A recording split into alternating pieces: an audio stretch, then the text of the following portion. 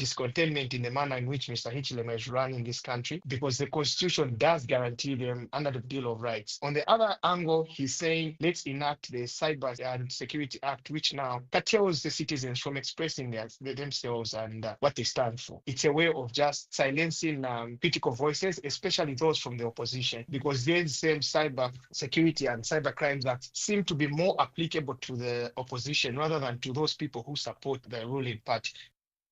A parliamentary inquiry in Kenya has accused British troops training there of a pattern of sexual misconduct and environmental harm. Thousands of British troops can pass through Kenya for training missions in any given year. The committee's report, which was dated the 25th of November but published on Parliament's website yesterday, said it had uncovered a disturbing trend of sexual misconduct by the personnel, marked by rape, assault and abandonment of children fathered by the soldiers. The current Defence Cooperation Agreement between Britain and Kenya was signed in 2021 and expires next year.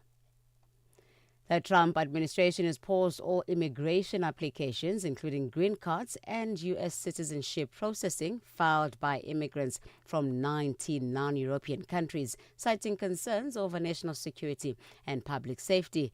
The pause applies to people from 19 countries that were already subjected to a partial travel ban in June, placing further restrictions on immigration. The list of countries targeted in Wednesday's memorandum include Afghanistan, Chad, the DRC, Equatorial Guinea, Eritrea, Haiti, Iran, Libya, Somalia, Sudan, and Yemen, amongst others. The new policy places a hold on pending applications and mandates that all immigrants from the list of countries undergo a thorough review process. Lastly, a year after an attempted coup in South Korea, its incumbent President Lee Jae-myung has warned that there's still much to do to ensure it doesn't happen again. Lee said an investigation into the insurrection and its perpetrators was continuing, adding they should be brought to justice. The BBC's Jake Kano. President Lee Jae-myung began his public address by celebrating the Korean people. He said they deserved the Nobel Peace Prize for defending democracy, but those who he called insurrectionists and coup organizers deserved, he said, the same punishment as meted out to the Nazis. Although the man who won the presidency in the aftermath of the crisis spoke of national unity and reconciliation, the divide was still apparent on the street. Protesters, both opposed to martial law and a smaller but energetic group that supported it, gathered in front of the National Assembly, the symbol of Korea's democracy.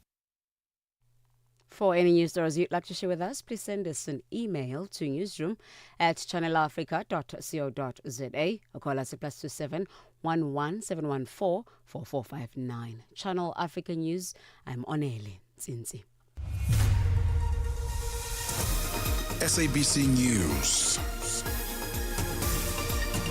The African perspective. Time to stay informed, inspired, and connected to the ideas driving Africa forward. The Upside on Channel Africa, the African perspective.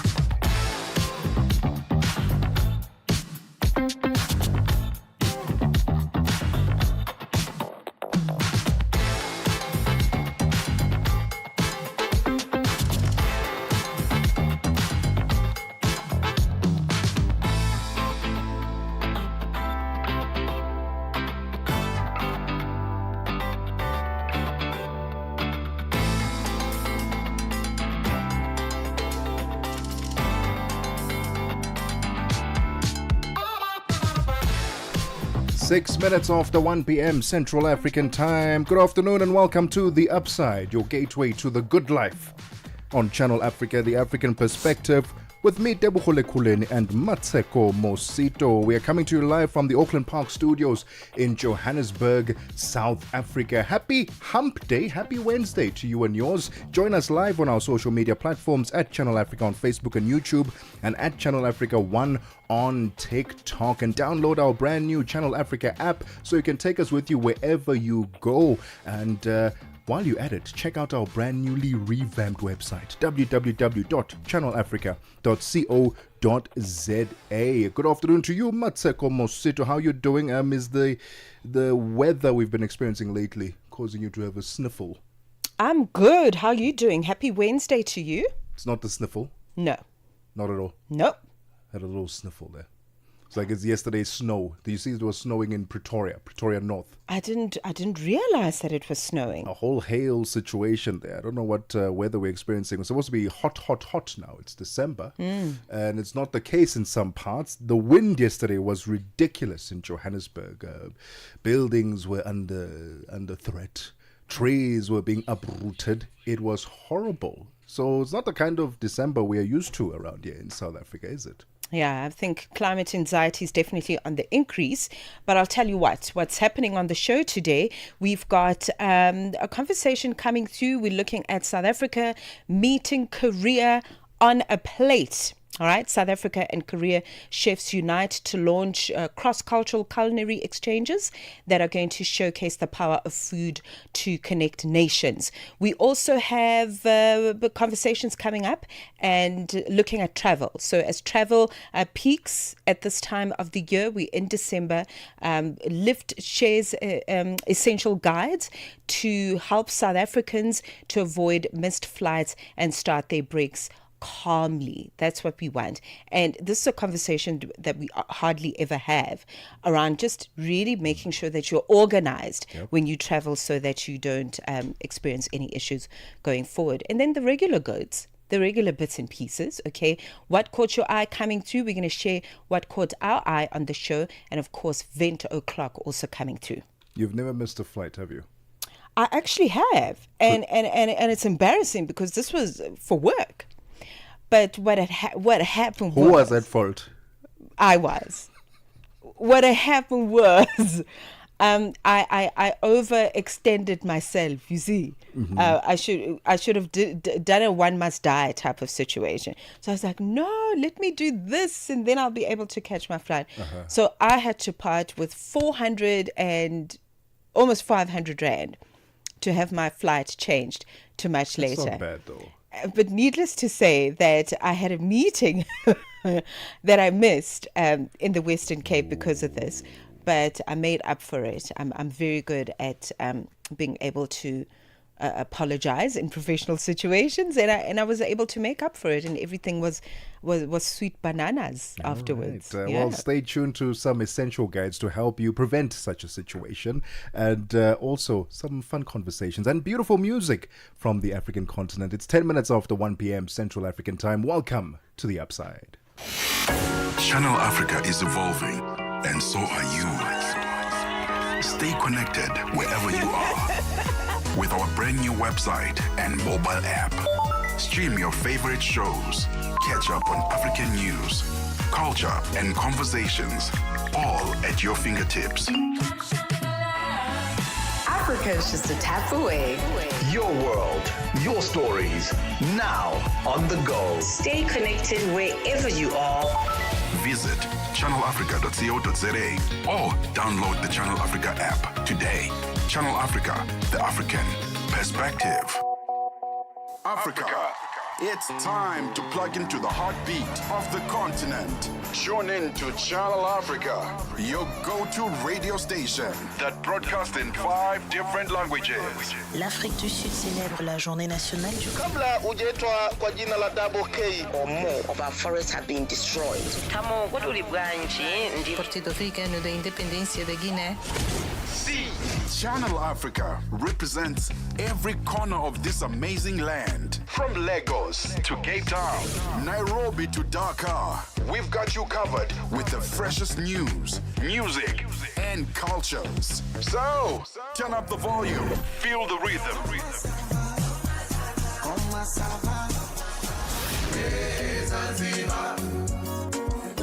And join the conversation. Channel Africa, the African perspective. Get Channel Africa on DSTV Audio Bouquet. Channel 802.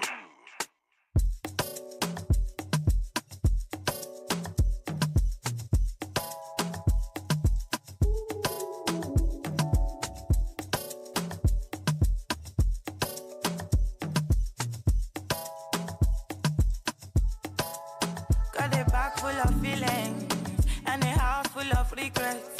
This baggage is can't fit in no plane, don't mean to digress. I wanna know, what's the reason why you moving slow? As you move, no, they cross my lane. Shorty nonsense, my best, mommy. My best, mommy. If you get the problem, my best, mommy. My best, mommy. I fight my own demons, don't you see? Don't know, don't you see if you get the problem? My best, mommy. My best, mommy. No, yeah, mommy, Joko, to mommy, go. And I know for life for you, mommy, yo. Go loco, mommy, yo. I mean, no, they love, but they try me, yo. Say my kind life, no, they funny, yo. Many things I sing, feed up by me, yo. Big money, man, nothing tiny, yo. I mean, no, they take man, I find my own demons, yeah. Keep the bad energy going, yeah. Play with no time when you see us, yeah. We got the right energy on, yeah. Bust to the rhythm, nothing long, yeah. We fly with the thing on, yeah. And who know they grind, know they belong, yeah. Bad energy, you know, come aside. Shorty nonsense, my best, mommy.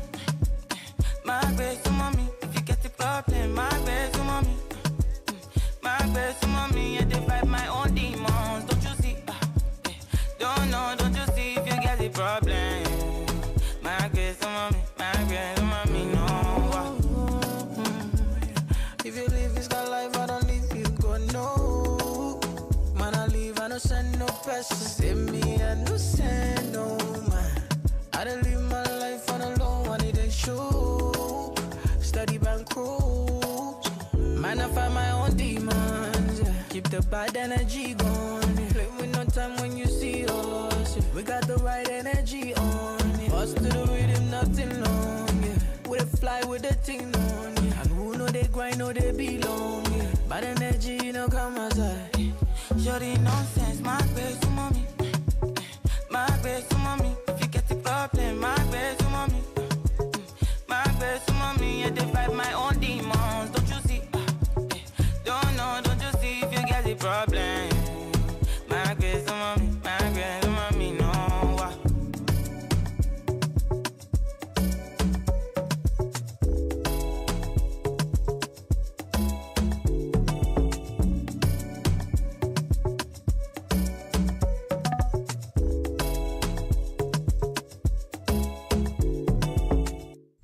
The Upside. On the Upside, your voice matters.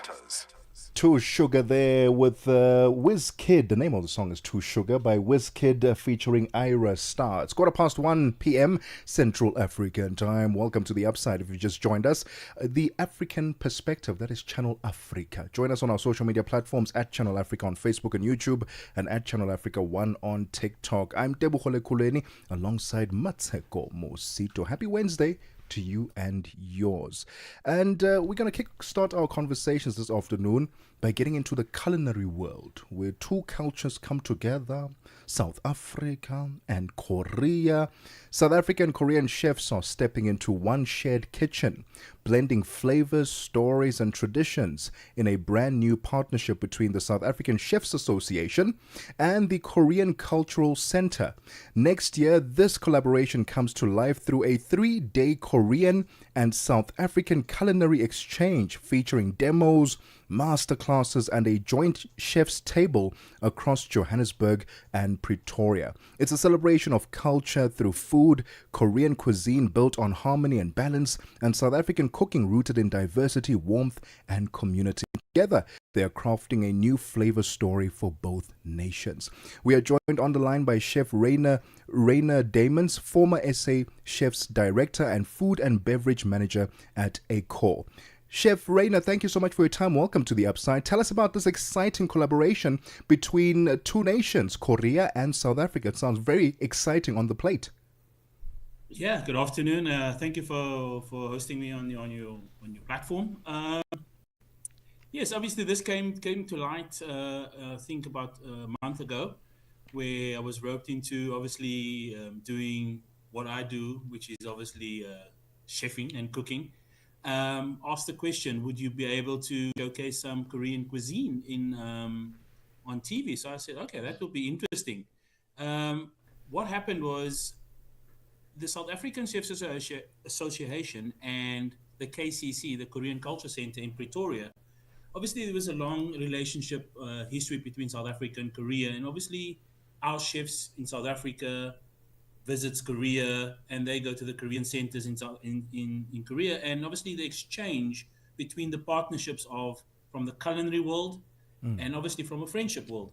And we thought of, let's take this initiative and base it on what country do I think I want to cook food with on the G20 platform. And I said, okay, with Korea, with the Korean cuisine, it's obviously the platform is much more multicultural. It's exactly the same like South Africa.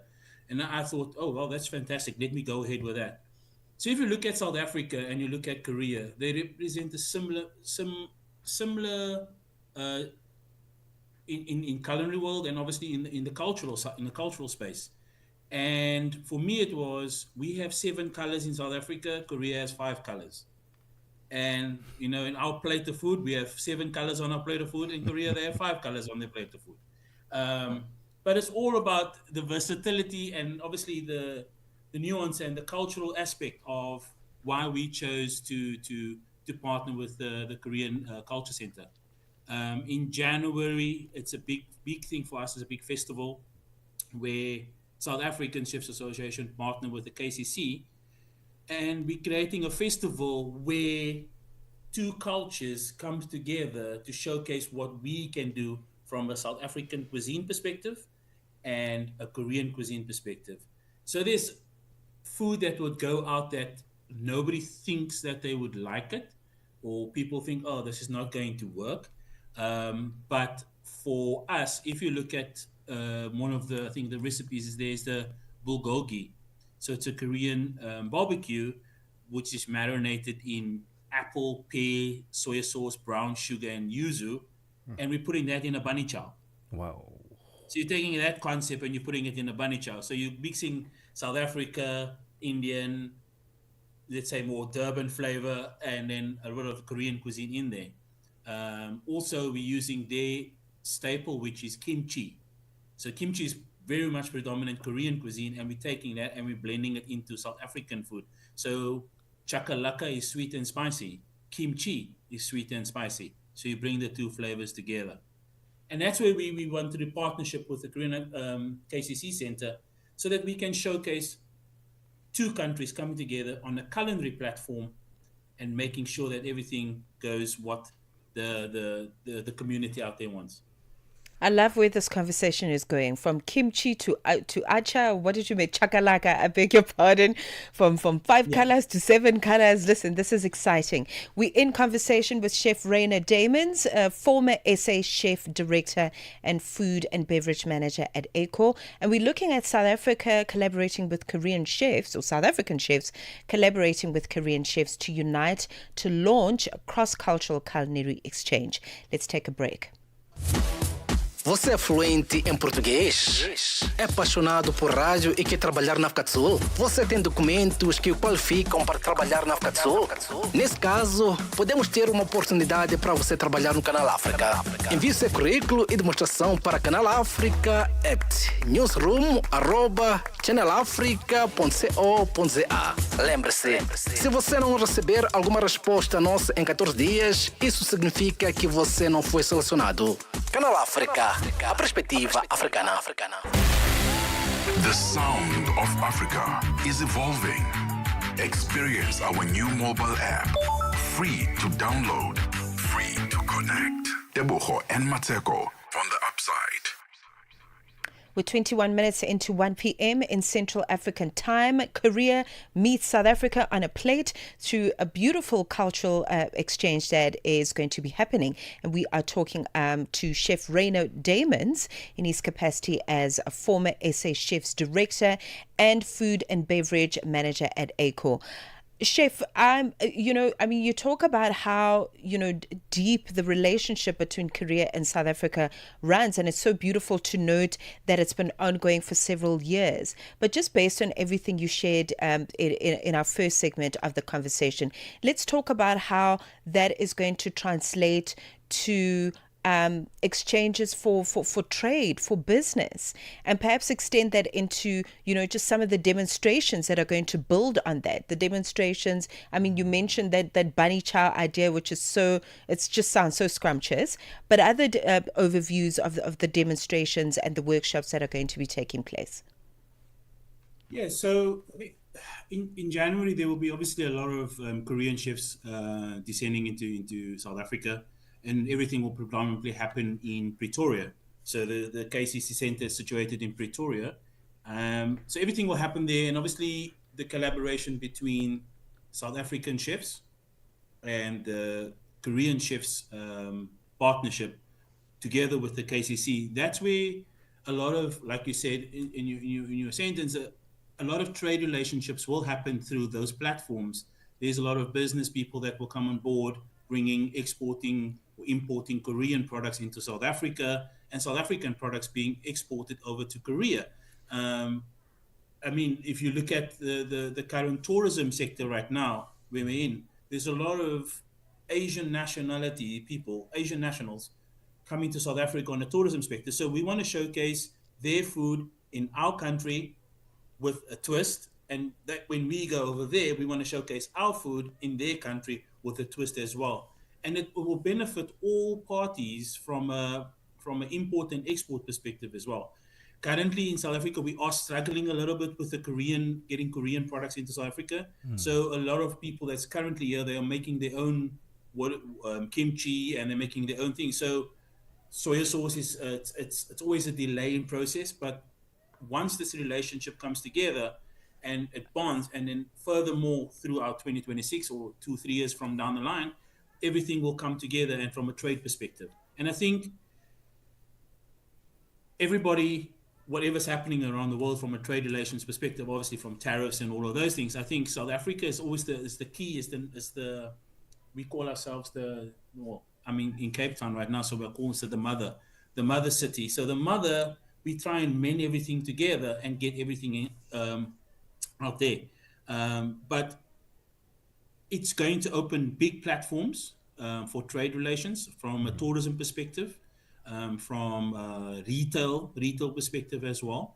And I think in the next 2-3 years, it will grow.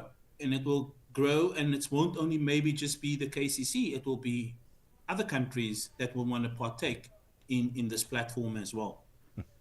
Chef, let's talk about some techniques. You touched on a few ingredients, and you can expand on them as well. Some techniques and ingredients from Korea that South Africans will be excited about to hear about, and then vice versa. Some techniques and ingredients from South Africa that the Koreans will be very excited about. Yeah, so so a lot of like I said, in Cape Town, there's quite a lot of Korean restaurants that's just popped up now over the last year, and we've seen an influx of locals going to these Korean restaurants, and for us, it's like, wow, this is a different take on, and the flavors that they're currently using and the ingredients that they're currently using enhances everything for us, and obviously opens our palate. And what we want to do for them in that side as well is exactly the same. Maybe one of the chefs out there will obviously want to open a little South African restaurant in Korea. Boerewors is quite big. I mean, on my breakfast buffet, we put boerewors, and the Korean people love it. So boerewors, biltong, all the local things that South Africa has, the Korean people love. And the minute we put kimchi on there, and then they ask you, why are you putting kimchi on your breakfast buffet? I said, well, you're here, so we want to treat you with home. We don't like that. Give us local flavors. Give us what we want. We're coming to your country. We want to experience what South Africa is all about. And that's what we're doing. We're enhancing our buffets to accommodate the influx of Korean people, and obviously Asian nationals coming to South Africa. I hear you speak, and I hear a lot of, sort of the here and now, but there's also futuristic talk in terms of what is possible in the long term, Chef. So let's look at the long term goal for collaboration and occurring exchanges. You mentioned the fact that There's obviously lots of opportunity for trade exchange and for culinary expertise or skills exchange, as it were. So looking forward, what else can we look forward to? Look, obviously, I would say in the long term, obviously from a economic perspective, let's say job related, I mean, it can open doors for locals currently right now in South Africa to partake in working in these restaurants. Obviously, Korean restaurants are coming in, they're running up, they're setting up, and creates employment for the younger generation that that's coming through the ranks. So that's long term. From a relationship perspective, I think the SA chefs and the Korean Culture Center, and obviously working closely with the Korean Embassy, to say that we don't want it to stop here. We want this to continue in a platform, not only for yourself, but for every other country around the world that's saying, let's make it happen. Let's partake in this. Let's go with this. Let's flow. It's working, and like I said, maybe 2-3 years or 5 years down the line, it's open to everybody. I won't be sitting here maybe, but I will be chatting on another platform to say, you know what, we're partnering with Namibia, our sister, or we're partnering with Botswana, or we're partnering with Zimbabwe.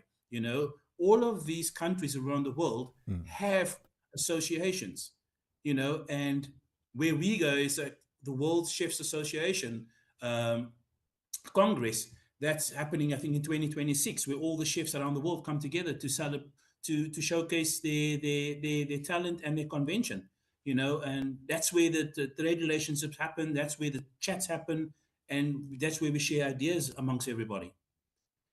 Right. Just a question: did you know that Zimbabwe has a chefs association? Did not know that at all, Chef. Yeah, Zimbabwe has one, Kenya has one. All the African countries have chefs associations across the board. Oh, that's amazing. And we love the collaborations. That's what's most important. Chef, thank you so much for your time this afternoon. If we'd like more information, can we just go to sachefs.co.za? You're more than welcome. sachefs.co.za or the Korean Culture Center. Amazing. Chef Rainer, thank you so much for your time this afternoon, and all the best with the next year's collaboration between SA and Korea. The voice of Chef Rainer Damons, their former SA Chefs Director and Food and Beverage Manager at ACOR. It's gone 30 minutes after 1 p.m. Central African Time. Let's get the latest news. Figile Lingwat is standing by. Sports on Channel Africa. The African Perspective. Two-time defending Rugby World Cup champions South Africa have received a very favourable draw for the 2027 World Cup in Australia. The Springboks have been drawn in Group B along with Italy, Georgia and Romania. They played Italy 3 times this year and Georgia once, winning all 4 of those encounters. South Africa's northern neighbour Zimbabwe, who will be playing in their first World Cup since 1991, are in Group F with England, Wales and Tonga. Australia will play in the opening match in Perth, and their opponents could be Bledisloe Cup rivals New Zealand. They are both in Group A. The draw was conducted in Sydney this morning, while the fixtures will only be confirmed in February. Some more rugby news. The top 2 teams of each of the 6 groups plus the 4 best third-place finishers will advance to a round of 16. And this is where it becomes interesting. The Springboks and the All Blacks, who are favourites to win their groups, are both in the top half of the knockout draw and should clash as early as the quarterfinals if everything goes according to plan. On to football news. Banyana head coach Desiree Ellis says their international friendly win over Morocco has boosted the team's confidence heading into the off-season period. Banyana secured 2 late goals from midfielders Nontlanta Mthandi and Nolo Cesani to record a 2-0 victory against the Atlas Lionesses at Adra Stadium in Agadir. Ellis says she's glad they managed to finish 2025 on a good note. No, it's a big confidence booster to end the year off on a good note. We did say we meant to end it on a good note. Having qualified for WAFCON, and then getting this big win against the hosts, it's a good momentum for us. You're going into the off-season now, but you're going into the off-season with a lot of confidence. We know what to expect coming back, because this will really, this loss will really also, make sure that they step up, and having the WAFCON having increased to 16 countries. It's going to be a tough competition. It's a World Cup qualifying competition, and we've got to be better than what we were today. On to basketball news. Rwanda's basketball landscape continues to shine through its growing pool of young, disciplined, and ambitious talent. Among the new generation, stepping into the spotlight is Ben Ruben Caesar. Caesar is a dynamic shooting guard for East Africa University Basketball Club, who recently secured a promotion to the Rwanda Basketball League, the RBL. Caesar believes the momentum that carried EAUR to Rwanda Basketball League promotion began in the first game of the final series. A promotion to Rwanda Basketball League presents a new level of competition for the EAUR BBC, but Caesar welcomes the challenge.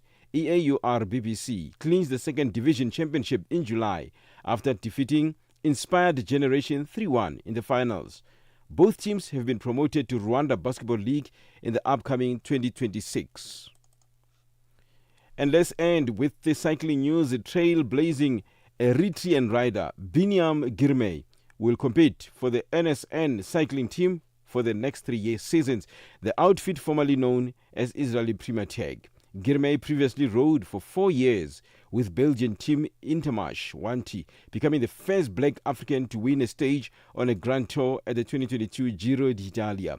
Last year, the 25-year-old created history again by clinching the Tour de France's green jersey awarded to the top sprinter after 3 stage wins. NSN, for Never Say Never, is replacing Israeli PT, which had become the focus of pro-Palestinian protesters at the road races this year. The new team will race under a Swiss license and be based in Spain, in Barcelona and Girona. For any sports stories you'd like to share with us, please send an email to newsroom@channelafrica.co.za or call us on +2711 714 4459. This is Channel Africa Sport with me, Figile Ngwati. Sports on Channel Africa. The African perspective. Africa. It's time to plug into the heartbeat of the continent. Tune in to Channel Africa, your go-to radio station that broadcasts in 5 different languages. L'Afrique du Sud célèbre la journée nationale du Kabla hujaitwa kwa jina la Double K or more of our forests have been destroyed. Tamo kutuli bwanji ndi Partido Africano da Independência da Guiné. See, Channel Africa represents every corner of this amazing land. From Lagos to Cape Town, Nairobi to Dakar, we've got you covered with the freshest news, music, and cultures. So, turn up the volume, feel the rhythm.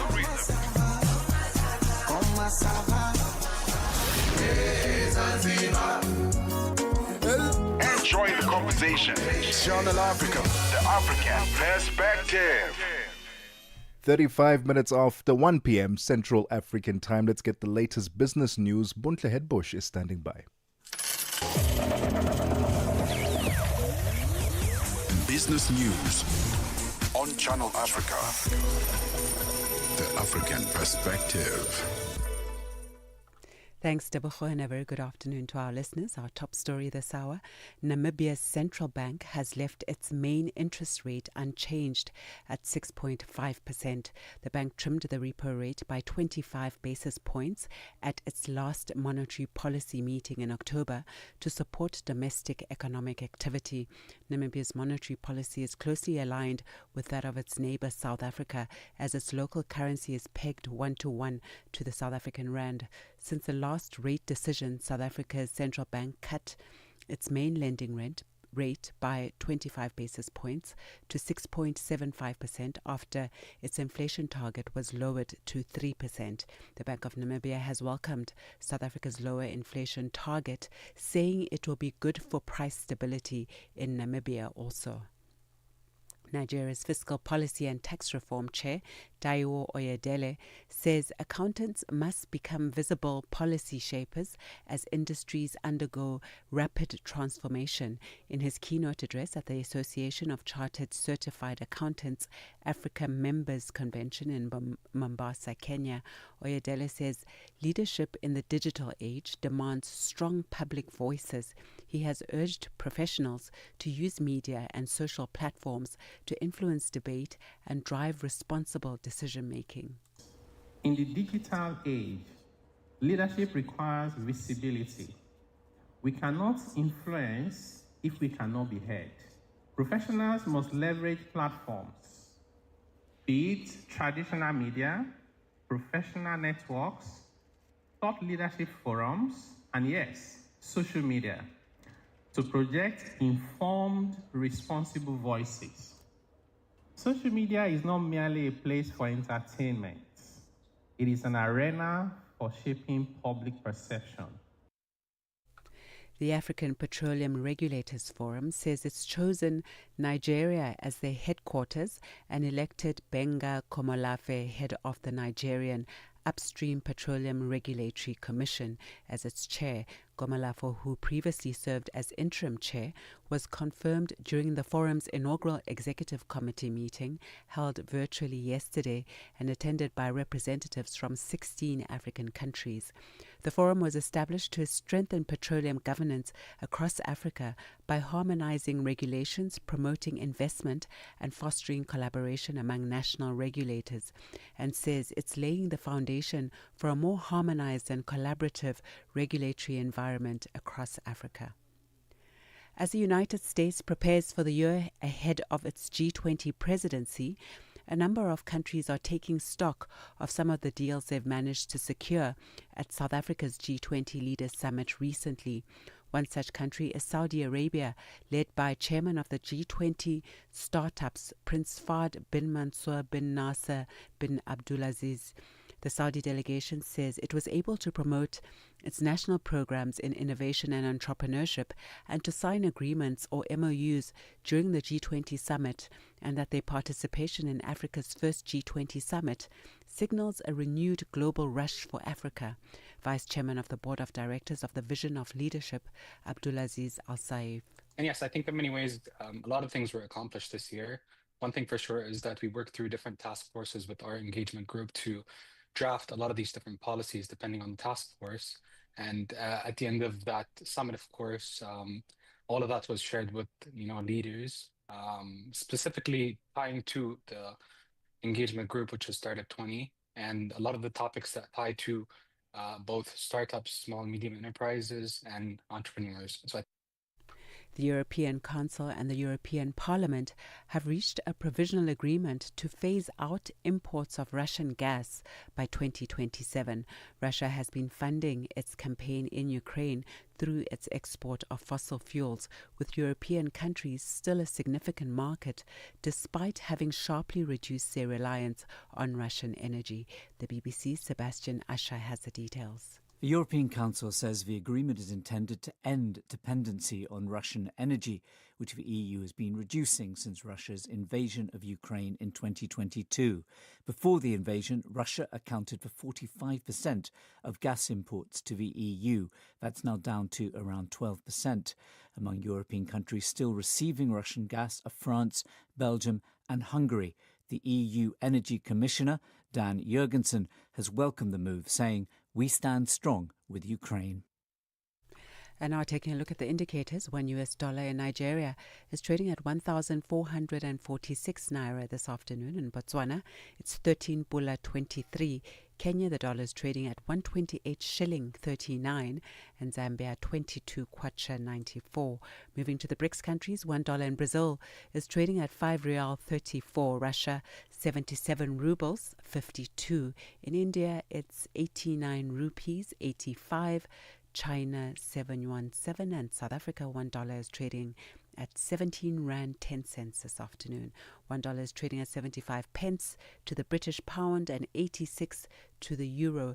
Looking at commodities, gold is trading at $4,200 per ounce, platinum at $1,646 per ounce, while Brent crude oil is at $63.11 a barrel this afternoon. And that's the business news. I'll be back with another update in the next hour. For any stories you'd like to share with us, please do send us an email to newsroom@channelafrica.co.za or give us a call on +27 11 714 4459. For Channel Africa Business, I am Buntle Hetbush.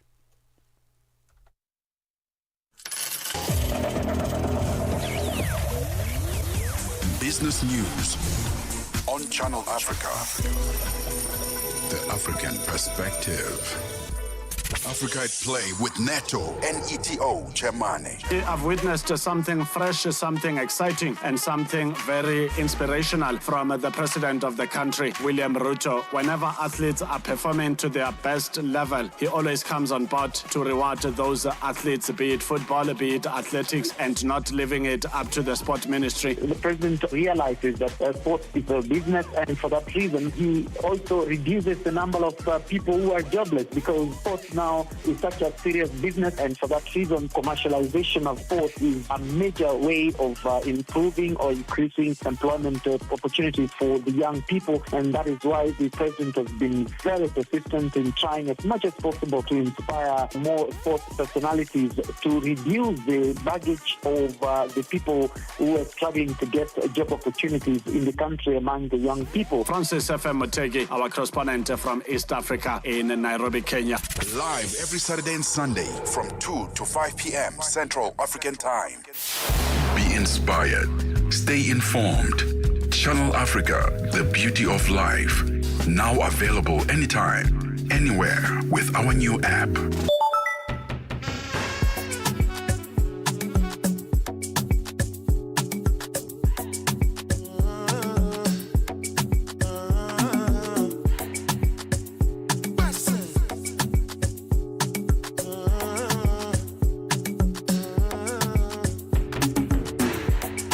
Charge my energy, I no get time for no enemy. To repay to me. Nothing with person never see. I'm on nothing with person never see. Forget it, I say fashi. Money soon expected. Take our body, I jump. I take her to the person. Jelly. I'm in the answer, then yes sir. Then I'm in the answer, yes sir. Respect is reciprocal, even though una know say I'm special. Anybody, when no one to search it. Anybody, when no the carry body. I can't something, I can't something. To bata fele, I can't something. You want your bed, you never walk. Should not because myself, I never talk. I look you, they laugh, you go. I shall no say the time go come, mama, I no say the time go come. When you no go fit the line, no more. Mama, life not on python. Whether you like or not, to buy ginger, me a biscuit, go pass. So yeah, keep me jack on bow. Anybody, when no one to search it. Anybody, when no the carry body.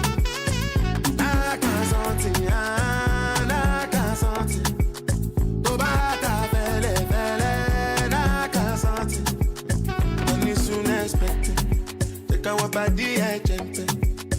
I take her to the person. Jelly. I'm in the answer, then yes sir. Then I'm in the answer, yes sir.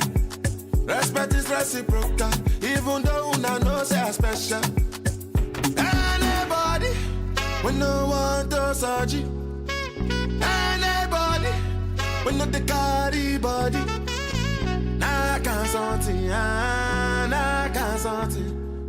To bata fele, na can't something. To bata fele, to bata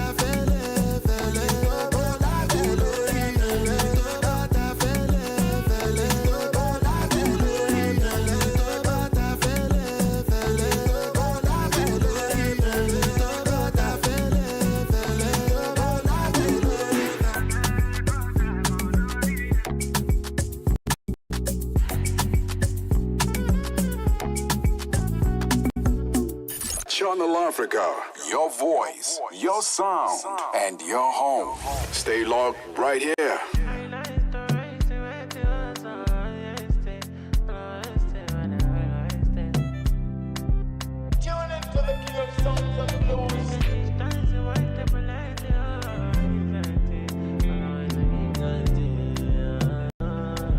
I can't deny it, it's written all over you.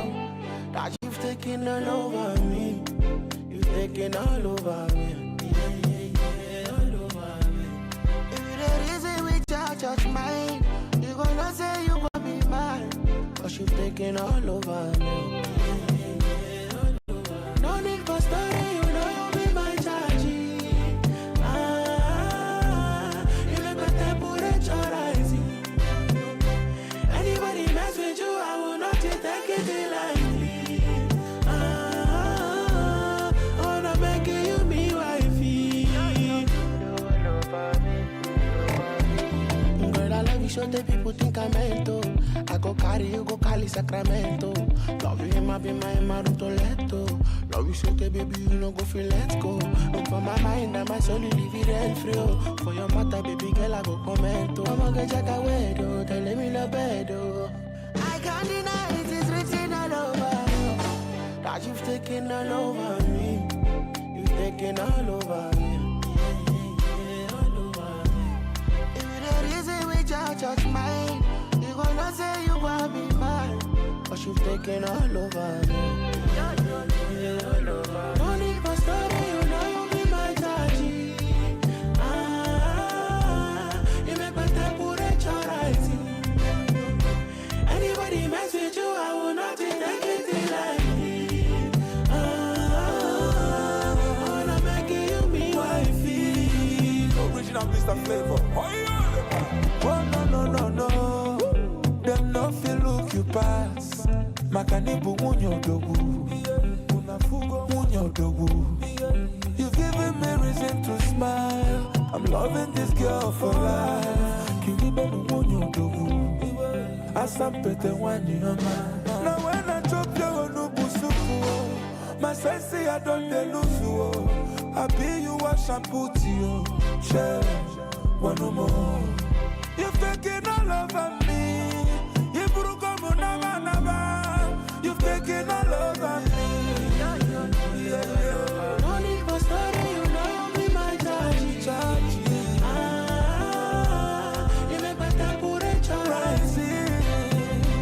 Anybody mess with you, I will not take it lightly. I wanna make you me wifey.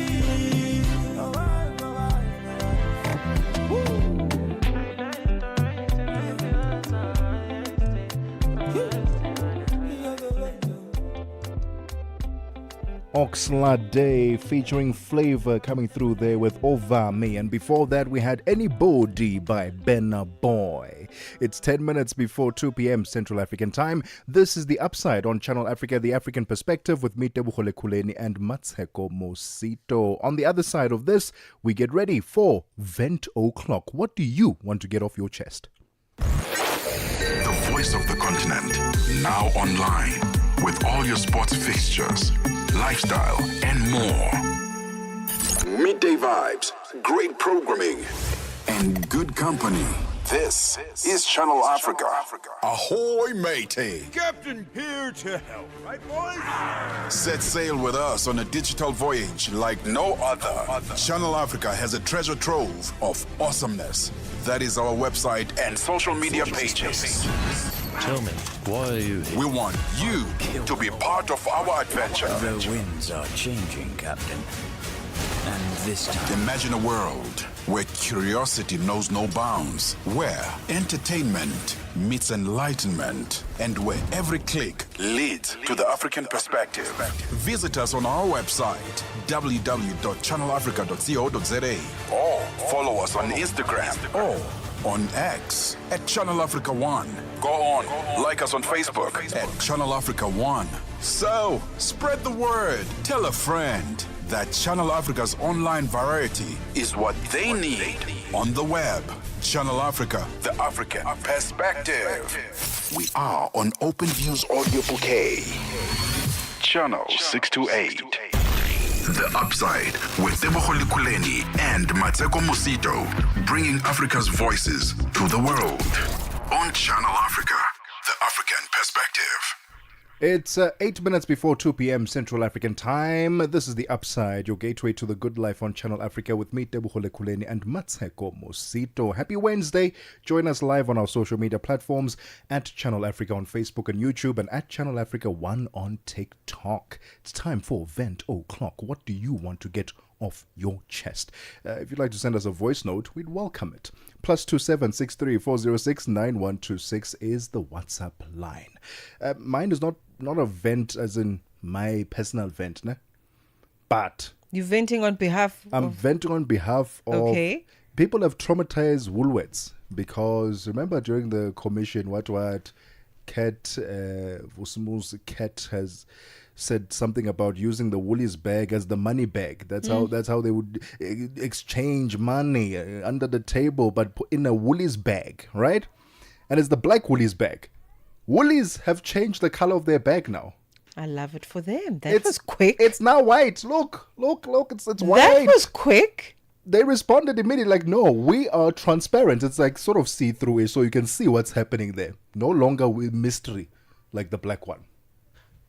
You traumatized Woolies, guys. That was fast, y'all. This happened like now. And the conversation of the money bag happened like when? Last week. Wasn't it last week? They should have made it like brown though, like a beigeish, you know. But why beige? Why that one? I don't know, because that's like a classic color for a food bag, a grocery bag, you know, because it's old school. Yes. And they used to do it a lot in the States before we started doing it at our green grocers. Yes, with the paper bag. That's It true. used to be a paper bag, so it would have been nice if it was like paper bag-ish. It would have been fitting shade. on brand, but don't you think they were trying to go for, it's white, we are pure, we are innocent. We don't want any drama. Actually. We are innocent. So if you went to Woolies over the past couple of days and you're like, no man, where is the money bag? It's white now. The money bag has changed color. It's white now. And I have a whole cooler box full of the money bag, the original ones. The original money bag. The original money bags. No, but what are they going to do with all the black bags now? I think they just, filtering them out. I actually don't know. I don't know what they're doing with it. That must be a lot of money. Someone has repurposed what the Woolies bag, the black one. They repurposed it into potting plant, and they oh yes, I've seen that being done a lot here. Now they're using it in their vegetable garden. They're That's a using beautiful potting idea. soil. So I don't know what Woolies is doing with the. Oh, they'll recycle it. They'll find probably, ways. They've got a very strong green element to their brand. So they're going to they've figured it out. They're good to go. Guys, y'all traumatized Woolies because love it. I don't know if they were responding to Uket saying, hey, this is the money bag. This is the money bag. This is what we use. Or they were responding to the public responding to that. And they were like, yeah, from now on, this is what we use, what we do. And making jokes about it. Were they a bit uncomfortable? Or actually, was this part of the plan? Were they in the process of getting new bags anyway? It just seems very coincidental. It seems that's too beautiful a coinkydink. But listen, well done to Woolworths. I think that it was actually a very good and very strong brand move for them to sanitize their reputation quick, fast. They sanitize it. Oh man, I love it for them. Pure white. Purity. Purity is what they're all about. Purity. They don't want to be associated with weird things. Anyway, what do you want to vent about? Do you want to vent about something? Yeah, I guess, look, mine's going to be quick as per. But I just don't like to see, because it's very easy, and I think maybe because it's so common for the customer to be the one that comes into the store and or rather for the customer to be on the receiving end of rudeness from a service provider, whether it's somebody that's working at the till or the salesperson in the store, for example. But when I see it happen the other way around, that really aggrieves me. People that are rude to petrol attendants, whom I think, living in South Africa and having moved through different provinces, they are a shining example of what good customer service is. I'm yet to meet a rude petrol attendant. Yeah. So when somebody's rude to a petrol attendant, that just makes me. There's no need for that. There is absolutely no need. Do you not know how to, speak when you are disgruntled? Because you are allowed to be disgruntled. You are. But you can approach someone with respect and say, I don't appreciate 1, 2, 3. That's it. That's all. It really is. Why are we complicating our lives by being rude and ugly and nasty and horrible? I don't like that. So I want to vent about customers that are rude to service providers, that are very nice to them, that are courteous to them, and that are just there to help them, and that are just there to do their jobs and feed their families. It's unacceptable. I once had I can't remember where I was driving from. It was in the evening, late evening, and I was driving from somewhere, and I stopped by a petrol station to fill up my car, and I was playing some music as as I was driving. Rolled down the window, greeted the petrol attendant, and as is normal, you greet them, with a smile. Hi, how are you? Yeah. And I was playing a nice song there. They were like, hey, please, volume up, please. We love the song. And we just started talking. And he relayed to me that he said, thank you so much for treating me like a human being. You know I can't tell you how many times today people have just looked down on us just because we're petrol attendants. They think we're not smart. They think we're illiterate, blah, blah, blah, blah, blah. I'm like, that's a real thing. So what you just raised now, that's a real thing, where people feel like because you are a service provider, you are somewhat below them and they can treat them anyhow. Please don't do that. Ubuntu, we are because, or I am because we are, right? Be respectful of every single human being, from the CEO to the cleaner to the receptionist.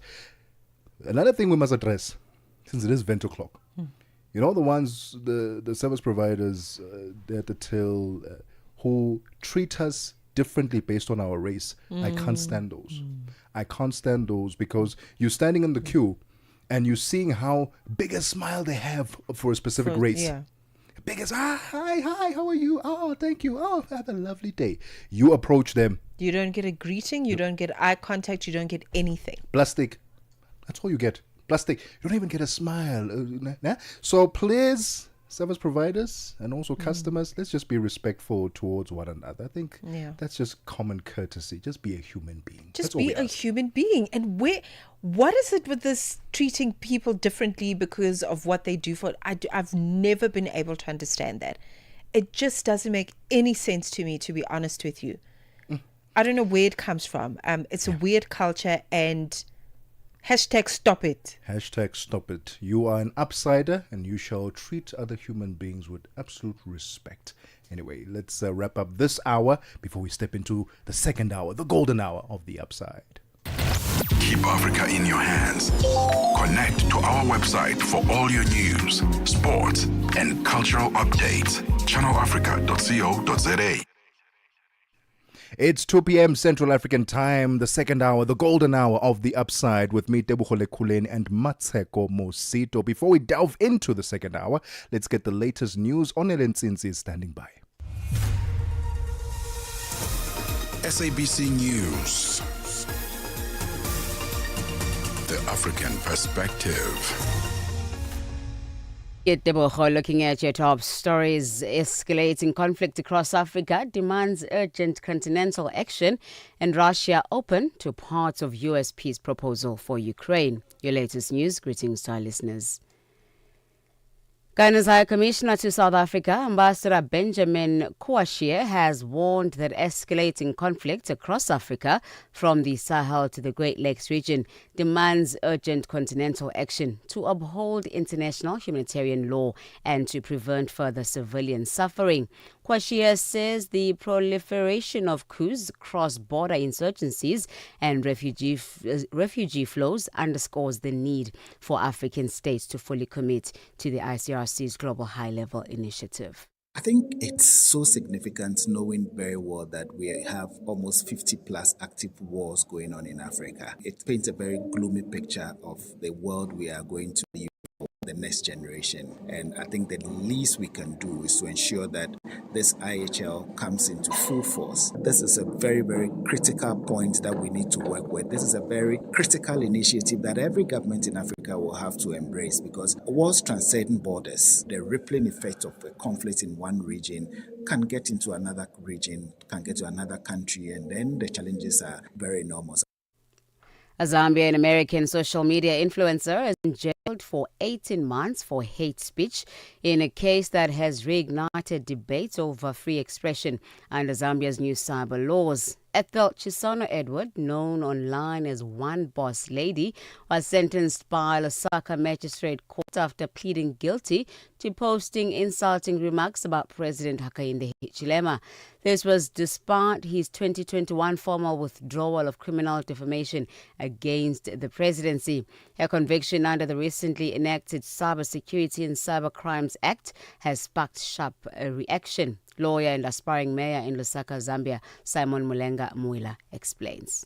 With the enactment of the Cyber and Security Acts of 2025, the motive behind it is more or less to curtail citizens from expressing their discontentment in the manner in which Mr. Hichilema is running this country, because the Constitution does guarantee them under the Bill of Rights. On the other angle, he's saying, let's enact the Cyber and Security Act, which now curtails the citizens from expressing themselves and what they stand for. It's a way of just silencing critical voices, especially those from the opposition, because there's Cyber Security and Cyber Crimes Act seem to be more applicable to the opposition rather than to those people who support the ruling party. A parliamentary inquiry in Kenya has accused British troops training there of a pattern of sexual misconduct and environmental harm. Thousands of British troops can pass through Kenya for training missions in any given year.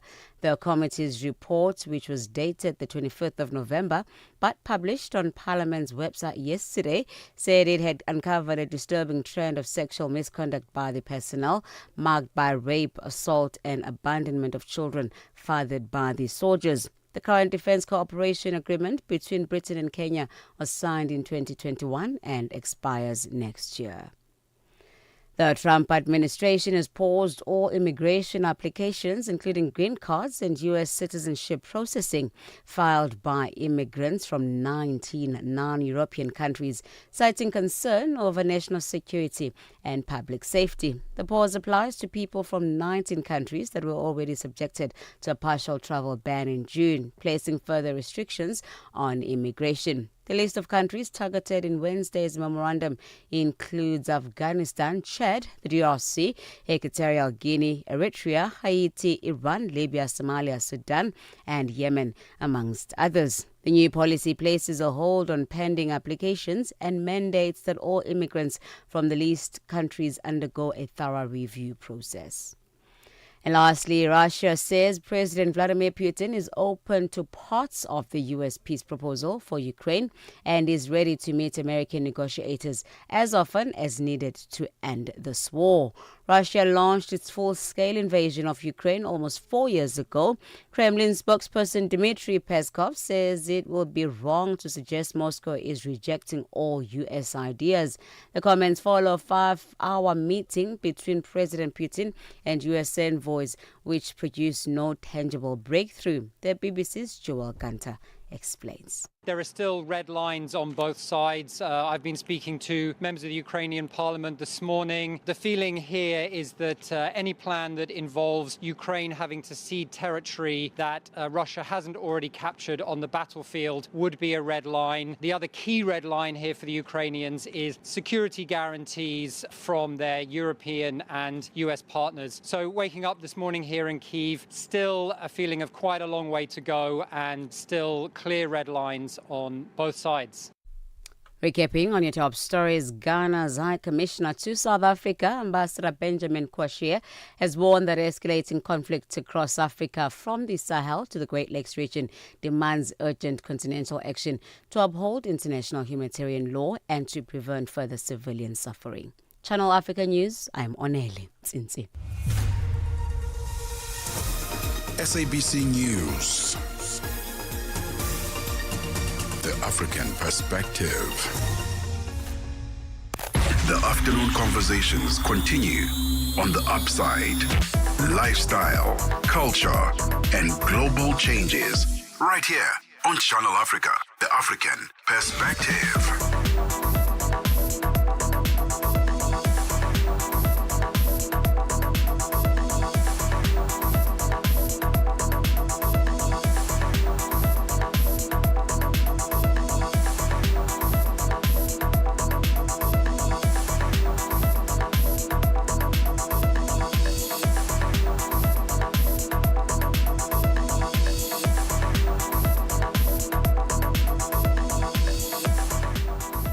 7 minutes after 2 p.m. Central African Time. Welcome to the second hour, the golden hour of The Upside, your gateway to the good life on Channel Africa, the African perspective, with me, Tebogo, Lekhuleni, and Mmatsheko, Mosito. We're still coming to you live from the Auckland Park Studios in Johannesburg, South Africa. And you can join us live and check out our lovely studio and our amazing guests at Channel Africa on Facebook and YouTube, and at Channel Africa 1 on TikTok is where we are streaming live. And don't forget to download our brand new Channel Africa app so you can take us with you wherever you go. On the app, you can check out the show line up, read up about the presenters, get to know us a bit better, and also see the amazing work that Channel Africa is doing behind the scenes. Coming up in this hour, some fun conversations to help you. Yesterday, we helped you budget and spend wisely during the festive season so that your pockets are not dry come January. Today, we're going to help you when it comes to traveling and flights so that you don't miss your flights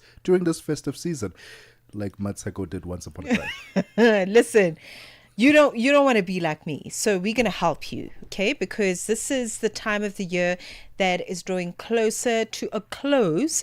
And a lot of Africans are preparing for the summer break. I think, of course, if you are in the Southern Hemisphere, you're preparing to take a break, and you want it to be worth it, and you want to be organized. So that's essentially what we're going to be unpacking when we look at the fact that, not planning your holiday correctly can really disrupt all sorts of things. So every festive season, many travelers miss their flights because of last minute rushing. Longer queues are a thing at this time of the year, and just making mistakes, human errors are there. So to mitigate all of that, we're going to be speaking about that. We're going to be looking at Lyft as they share essential guidance to help you as an African person to avoid missing flights and starting your break on a good note, calmly, happily.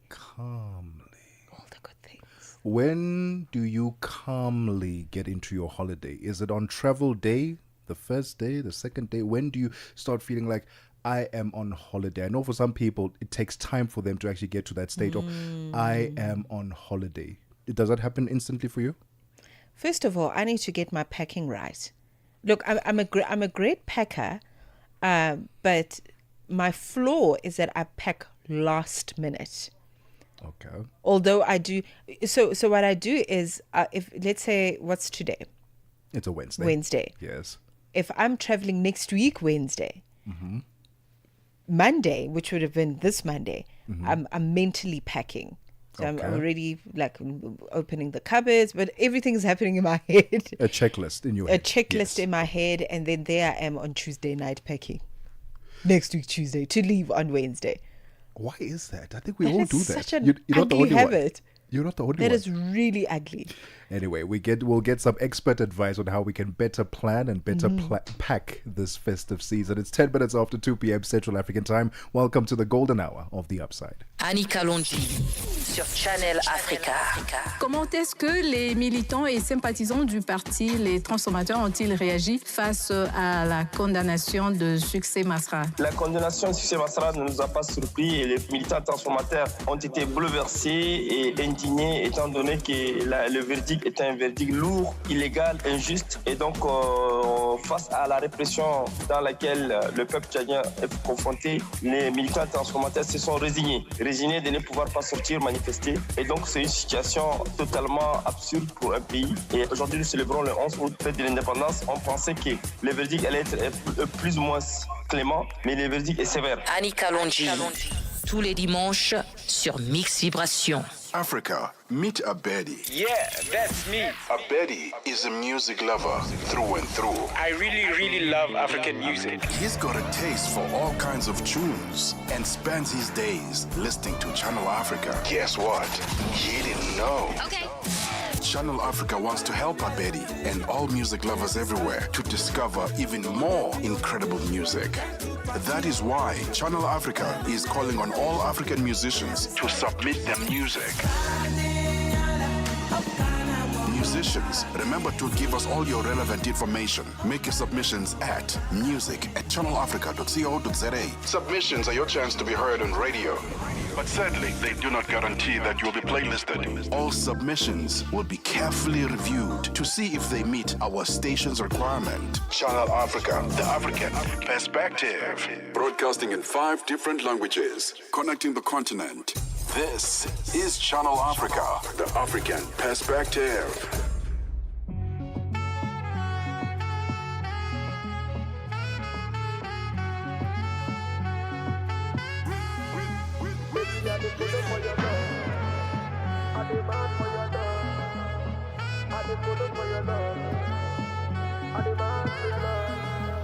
My love is bigger than the ocean.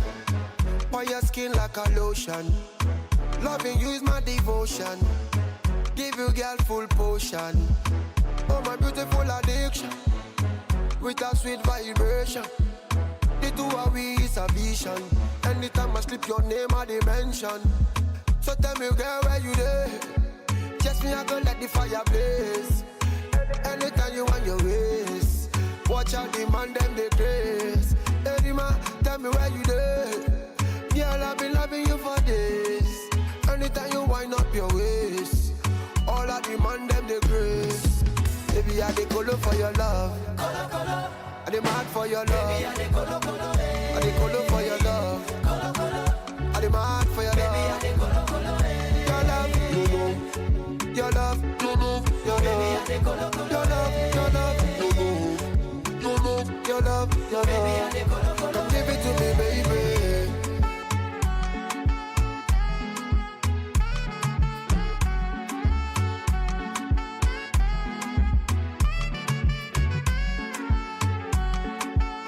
Platinums. Nini sasa. Me, I'm giving thanks to the creator. Your mama born you well better. Nyuma kama funga utoneta. Kinavyo pepe kimweta. Oh na na. Body sa nyonga makiliti. Odi na gonga za mendichi. Usinichomeka kidonda na spiriti. Mimi yonge taumia. Baby, you got me falling in love. Oh man, oh in love. And Mona Lisa, my teaser. Hope you might be reason your body give me fever. I done the shiver, hold me tight. One in my knees. Baby, I dey colo for your love. I dey mad for your love. Baby, I dey colo for your love. I dey mad for your love. Your love, your love, your love, your love, your love, your love, your love. Come give it to me, baby.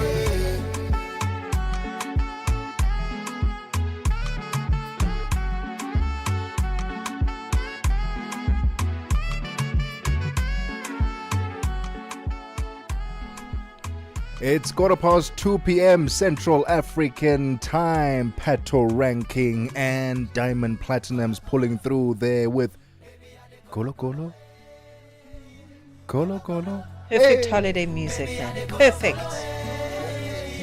I love that. Come on now. This is The Upside, your gateway to the good life on Channel Africa, the African perspective, with me, Tebogo, Lekhuleni, and Mmatsheko, Mosito. Join us live on our social media platforms so you can check out our lovely studio, see our lovely faces, see our amazing guest that we're going to have now on the line at Channel Africa on Facebook and YouTube, and at Channel Africa 1 on TikTok. And don't forget to download our brand new Channel Africa app so you can take us with you wherever you go. All right, let's help you navigate traveling this festive season so that you can get into holiday mode calmly, relaxed, and not rushed. Not rushed at all. And not miss your flights. Yes, please. We don't want that, okay? Because every festive season, many travelers tend to miss their flights. It is a fact of life because of last minute rushing, long queues, simple mistakes that can happen on a day-to-day. And we want to help you avoid that, okay? To help people who travel with confidence or who want to travel with confidence, Lyft is sharing important information and practical tips for you to make make sure that you as a passenger, I want to say, arrive on time, move through the airport with ease, and also begin your holiday without stress. So with the holiday season approaching, Lyft is reminding us as travelers to check our flight details, to plan ahead, to pack smartly, yes, and keep essential documents close at hand. A few simple steps can definitely make a difference as you travel this festive season. Let's talk about traveling. Let's talk about how we can make it more efficient. We've got on the line Hayden Halim-Henning, who is Lyft brand manager, so we can have this discussion. Welcome to Channel Africa. Wonderful to have you on, Hayden. Hello. Thank you so much for having me. Thank you. Please talk to us about the work of Lyft and what exactly it is that you do. So Lyft, we are South Africa's most flexible airline, and we offer an elevated flying experience. We are just about to celebrate our 5th birthday, actually, in 7 days, the 10th of December. So we've been around for 5 years, and we service the Johannesburg-Cape Town, Johannesburg-Durban, and the Cape Town-Johannesburg routes. And we are really looking forward to a very, very exciting festive season. Amazing. Hayden, why is it that a lot of people are missing their flights come the festive season? What are the common mistakes that we are making during this time of the year? The biggest reason is simply the timing. So people are underestimating holiday traffic, the parking delays, how busy the airports actually get, and even misreading their boarding times, or that they assume they have more time than they actually do. So the festive season, as we all know it, is truly the busiest travel period. So everything just takes a little bit longer, and people tend to forget that. All right. I think there is a certain kind of Lyft passenger that we're talking about here, Hayden, because you have recommendations as to when people can arrive at the airport before departure. You really want to get your passenger organized. So talk to us about just some of your recommendations for arrival, etc. So we definitely advise that you arrive at the airport 120 minutes, so 2 hours before your scheduled departure. And this accounts for any traffic that you might hit on the way to the airport, those parking delays I was talking about. And then to also make sure that you are in the queue, ready to check in for your flight. Of course, busier period, longer queues. So just to make sure that you are in that queue before flight closure, which is going to be 45 minutes before your flight. During check-in, of course, we have to account in the time that it takes to send your baggage from the check-in counters down through the airport to the aircraft. So it's a really long process that's happening behind the scenes. So if we think that check-in closes 45 minutes before the flight, and then boarding will start 30 minutes before your flight, and then boarding is going to close 15 minutes before your flight. So arrive at the airport with plenty of time to spare. Don't underestimate those security queues. And if possible, check in online. If you're not dropping any bags at the airport, make sure you check in online so that when you get to the airport, you can go straight through security and to your boarding gate.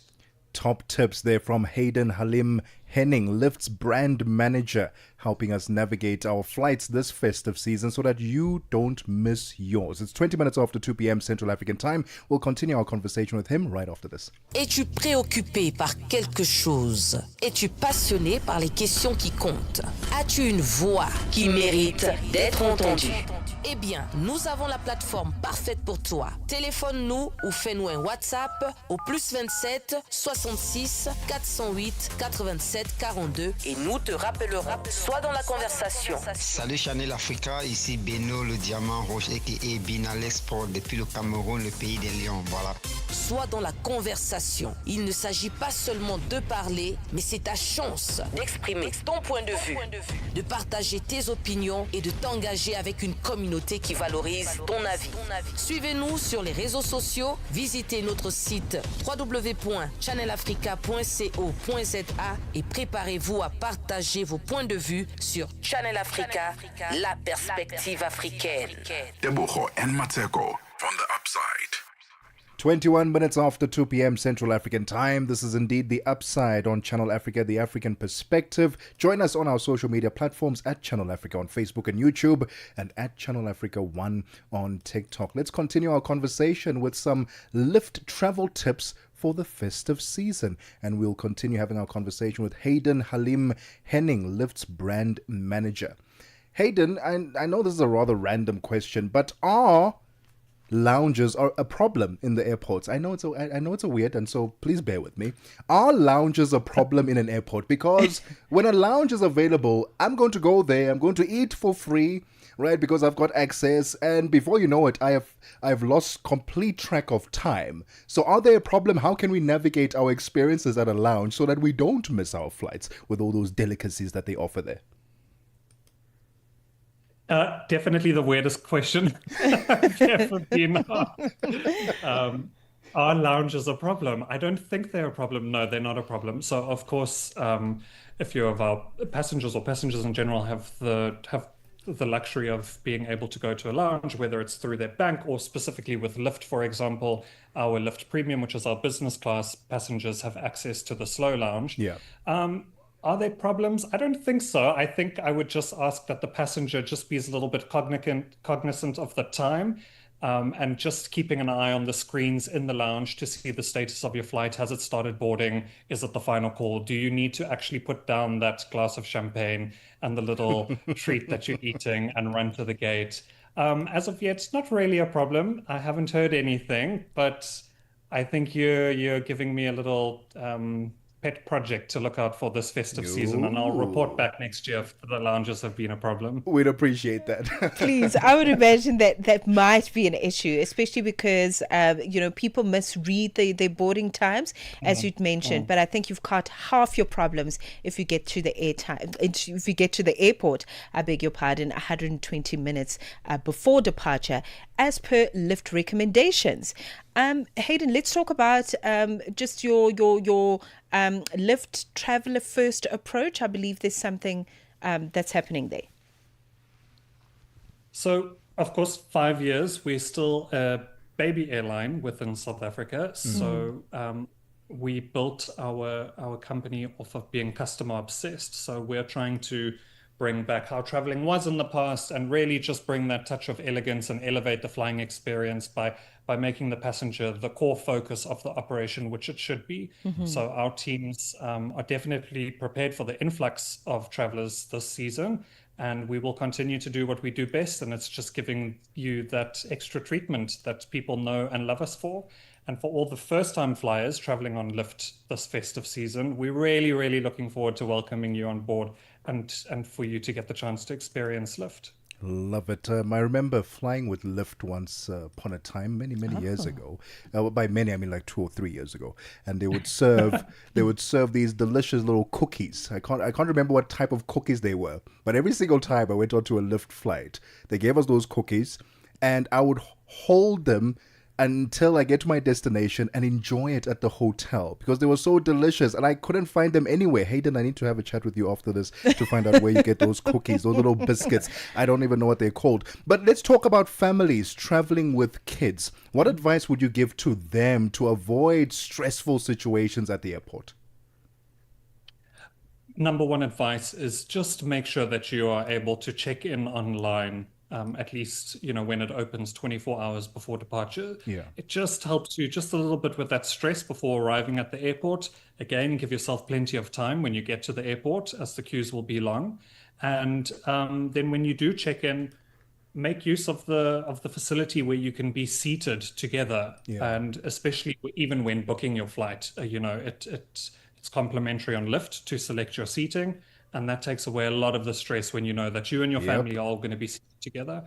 Lyft, we love our little ones that join us on board. They get complimentary activity books and crayons, which keep them entertained throughout the flight. And then, of course, our complimentary drinks and snacks, which are available not only to the kids, but to all the passengers, also just takes away a little bit of stress. And the legendary Lyft cookie. Absolutely. Sounds great. And the cookie. Yes. Hayden, just booking, details, especially for the first-time lift flyer. Where do we go to make our bookings? Because it's crunch time now. If we don't book now, we're going to experience problems. It's crunch time. So very simple. It's lift.co.za. You can make your booking on our website. I highly recommend that you don't leave it to the last minute. So get going, and the sooner you book, the better. And Hayden, for you personally, it's festive season now, it's December. Where are you flying off to? This festive season, I'm staying right here in Cape Town. I'm not going anywhere. I've decided Cape Town is the place to be for the festive season. So looking forward to those long, long days on the beach right here. Oh, I in love Cape Town. that. I love that. And I guess as a parting shot also, Hayden, safety is always a concern for a lot of travelers. We hear weird stories about, someone's bag or luggage being caught with weird things in there. How do we avoid that? I mean, you mentioned online check-in. And when you online check, you pretty much ensure that everything that is in the bag is yours, 100%. You packed it yourself. Please advise the first-time traveler on the importance on ensuring that when you online check or online book, online board, that you have checked what's in your bag and you are 100% sure that you are the one responsible for that bag. Talk to us about the importance of that to avoid issues at the airport. Of course. So, of course, there are thousands of safety procedures which are in place, and this does include the contents within your own baggage. So when you do check in online, there are a set of questions that would pop up. Take your time to read through them. Take your time to understand them. If you don't understand, reach out to someone on our customer support team via WhatsApp. They would be more than happy to assist you. And then just know, to alleviate that stress, that when you get to the airport and you do a bag drop or check in your baggage, the friendly lift team at the counter will ask you those questions again. And if you have any doubts, they're more than happy to run it past you. Highly recommended that you make sure that your bag is securely locked. So you can do this with a cable tie, you can do it with a personal lock, you can do a baggage wrap, and you could always put in like an air tag to track your baggage. Make sure that you know where it is at all times, and then of course just labeling your baggage. So should it be misplaced by mistake, all your details are there for someone to contact you immediately and return it to you. All right. It has been a pleasure to learn about the work of Lyft. Thank you very much, Hayden. We look forward to lifting and flying with you. Thank you very much for having me. Looking forward to seeing you on board.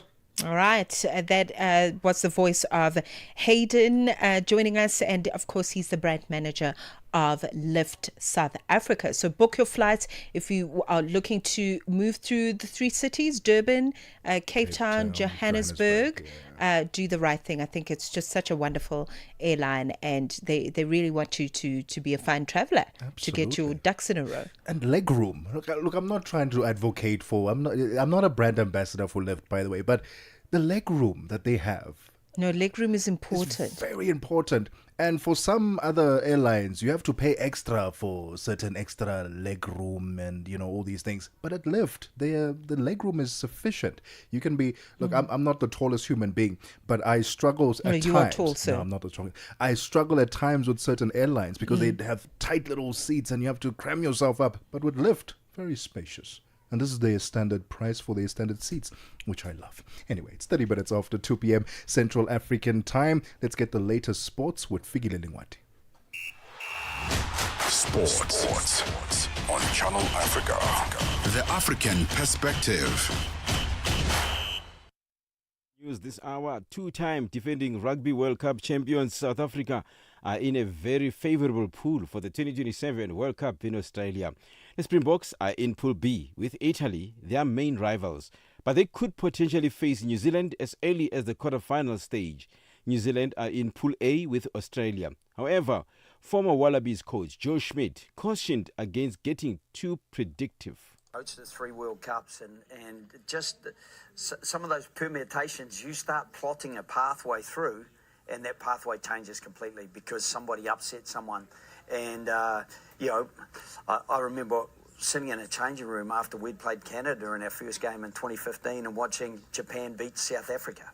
And, nobody did that. That's one of the great things about World Cups. I think there's going to be a surprise in those pool matches somewhere. And so I don't think you can afford to get too predictive, albeit that you have a look.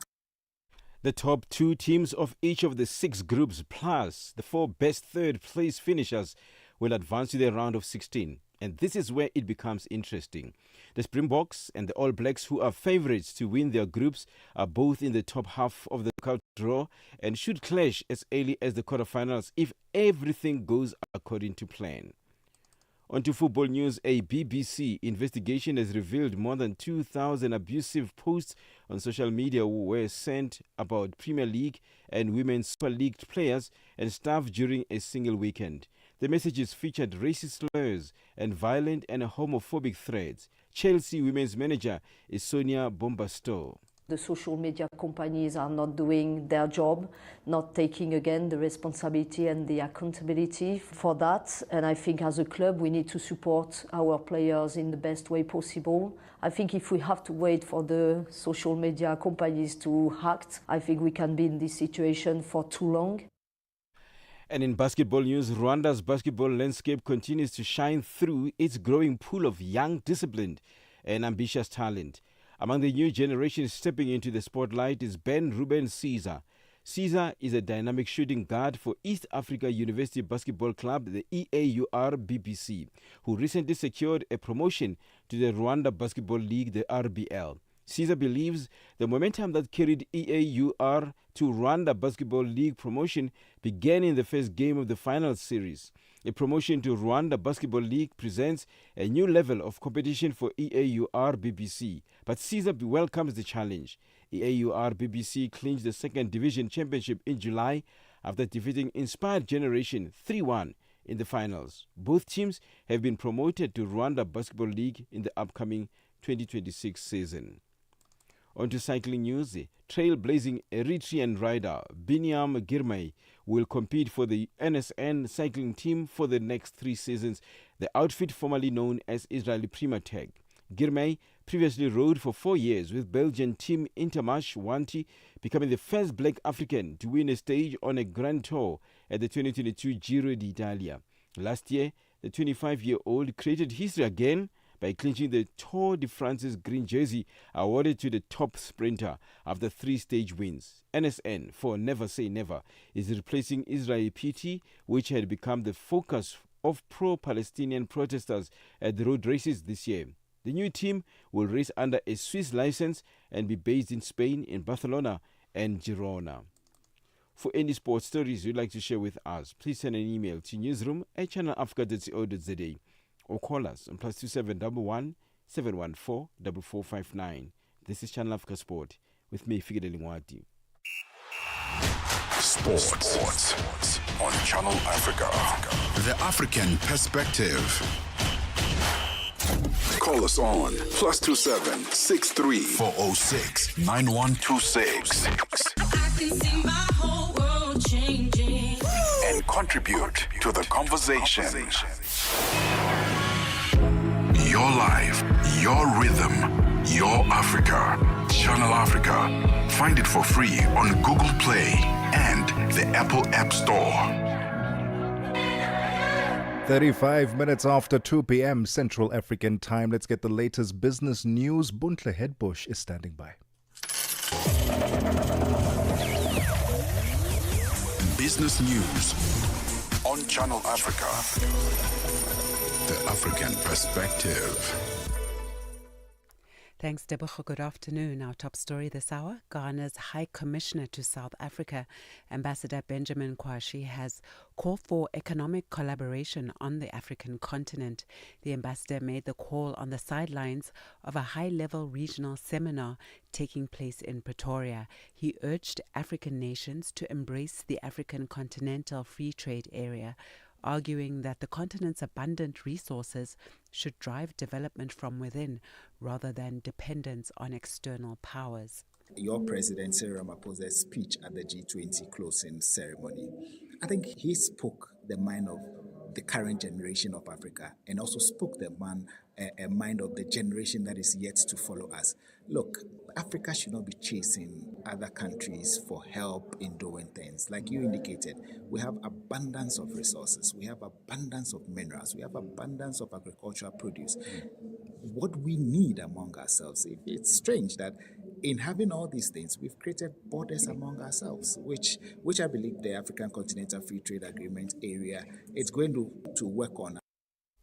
Namibia's central bank has left its main interest rate unchanged at 6.5%. The bank trimmed the repo rate by 25 basis points at its last monetary policy meeting in October to support domestic economic activity.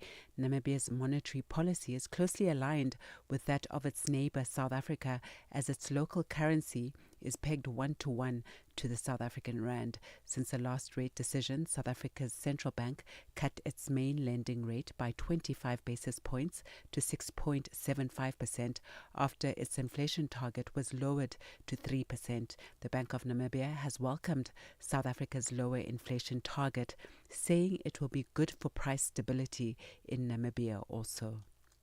Nigeria's Fiscal Policy and Tax Reform Chair, Daiwo Oyedele, says accountants must become visible policy shapers as industries undergo rapid transformation.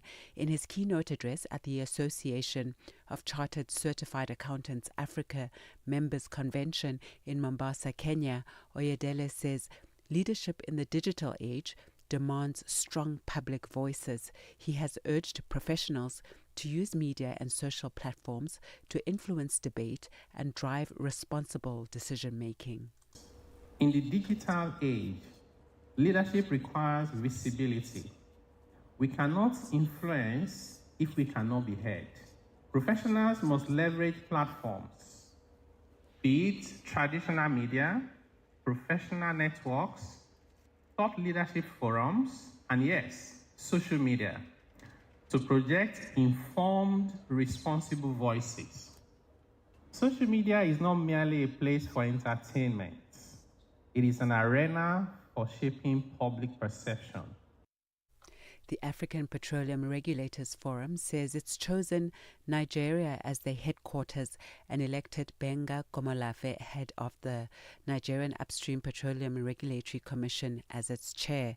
Komolafe, who previously served as interim chair, was confirmed during the forum's inaugural executive committee meeting held virtually yesterday and attended by representatives from 16 African countries.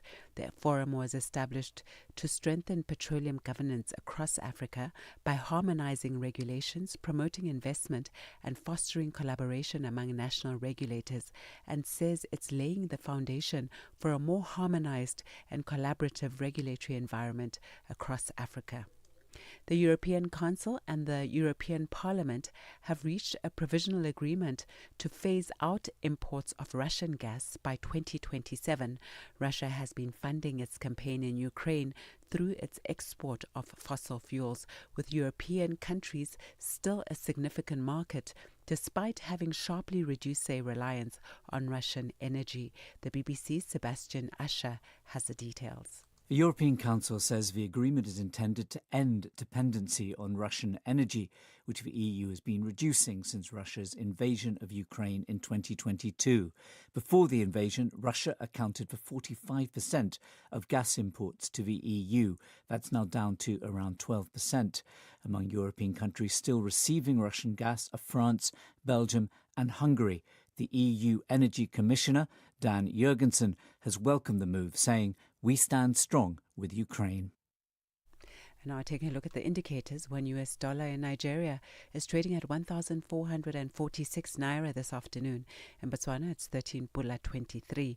Kenya, the dollar is trading at 128 shilling 39, and in Zambia, it's 22 kwacha 94. The BRICS countries, $1 in Brazil is trading at 5 real 34. Russia, 77 rubles 52. In India, it's 89 rupees 85. China, 7 yuan 7, and South Africa, $1 is trading at 17 rand 10 cents this afternoon. $1 is trading at 75 pence to the British pound and 86 to the euro. Looking at commodities, gold is trading at $4,200 per ounce. platinum at $1,646 per ounce, while Brent crude oil is at $63.11 a barrel. And that's the business news. I'll be back with our final business update for this afternoon in the next hour. For any business stories you'd like to share with us, please do send us an email to newsroom@channelafrica.co.za or give us a call on +27 11 714 4459. For Channel Africa Business, I am Bontle Headbush. Business news on Channel Africa. The African perspective. Nkhanza zokhudza amuna ndi azimayi kapena kuti gender-based violence GBV zikuwononga mioyo komanso kuphwasula mizi. Zikuchitika m'manyumba, m'masukulu, malo ogwirira ntchito ndipo kwambiri mwakachetechete. Koma sizikuyenera kupitirira. Mukazimva yankhulani. Ngati mwakhudzidwa funani chithandizo.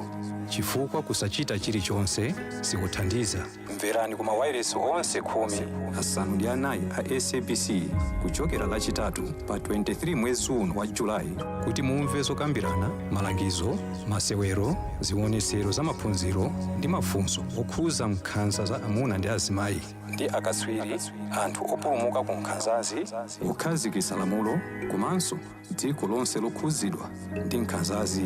Zonsezi pa wireless yomwe mumayikonda ya SABC. Imbirani pa nambala 0800 428 428 kuti munene za nkhanzazi kapena kupeza chithandizo. Nkhanza zokhuza amuna ndi azimayi zimatha ndi inu. Uthenga ukufikani kuchokera ku SABC. Stay tuned to Channel Africa. Stream us on our new and updated website, channelafrica.co.za. Highly spiritual.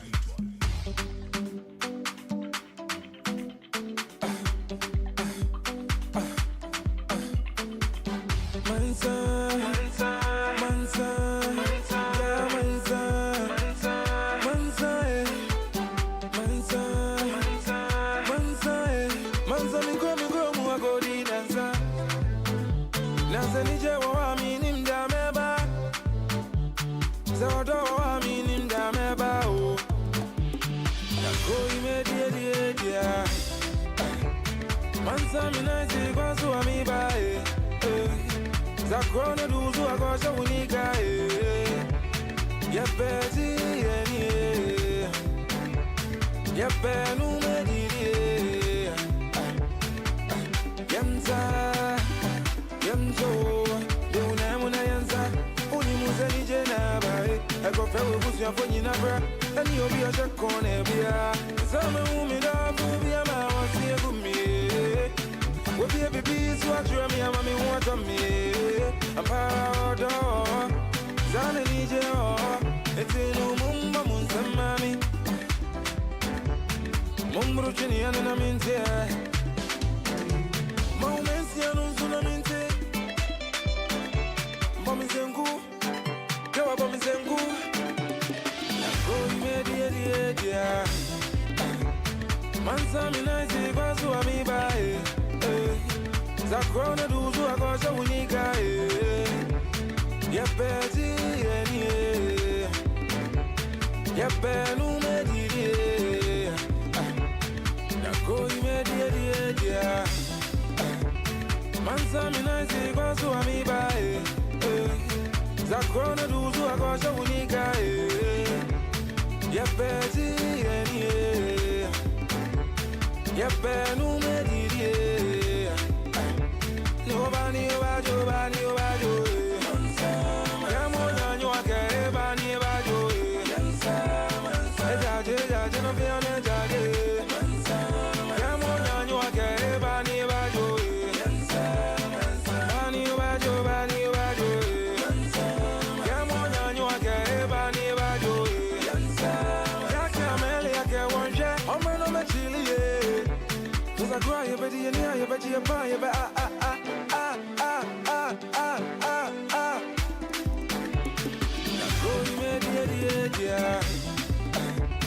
Mansa minaisi kwa suwa mibae Zakrona duzu akosha unika Yepeti Yepenu medidi, Yako media. Mansa minazi kwazu amibae. Zakrona duzu akosha unika. Yepezi eni. Yepenu medidi. Yobani yobani yobani.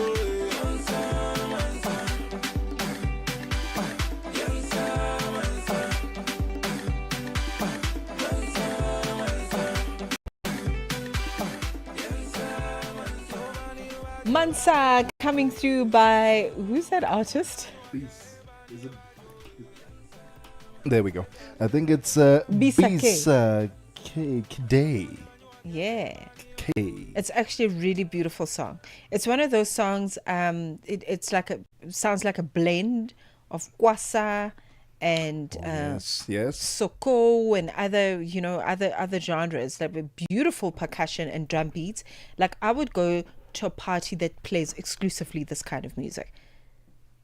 I would go to a party that plays just exclusively this music, and I think I would walk out a very happy human being. Is that a Kizomba thing? That song. Would it work? Would it work for Kizomba?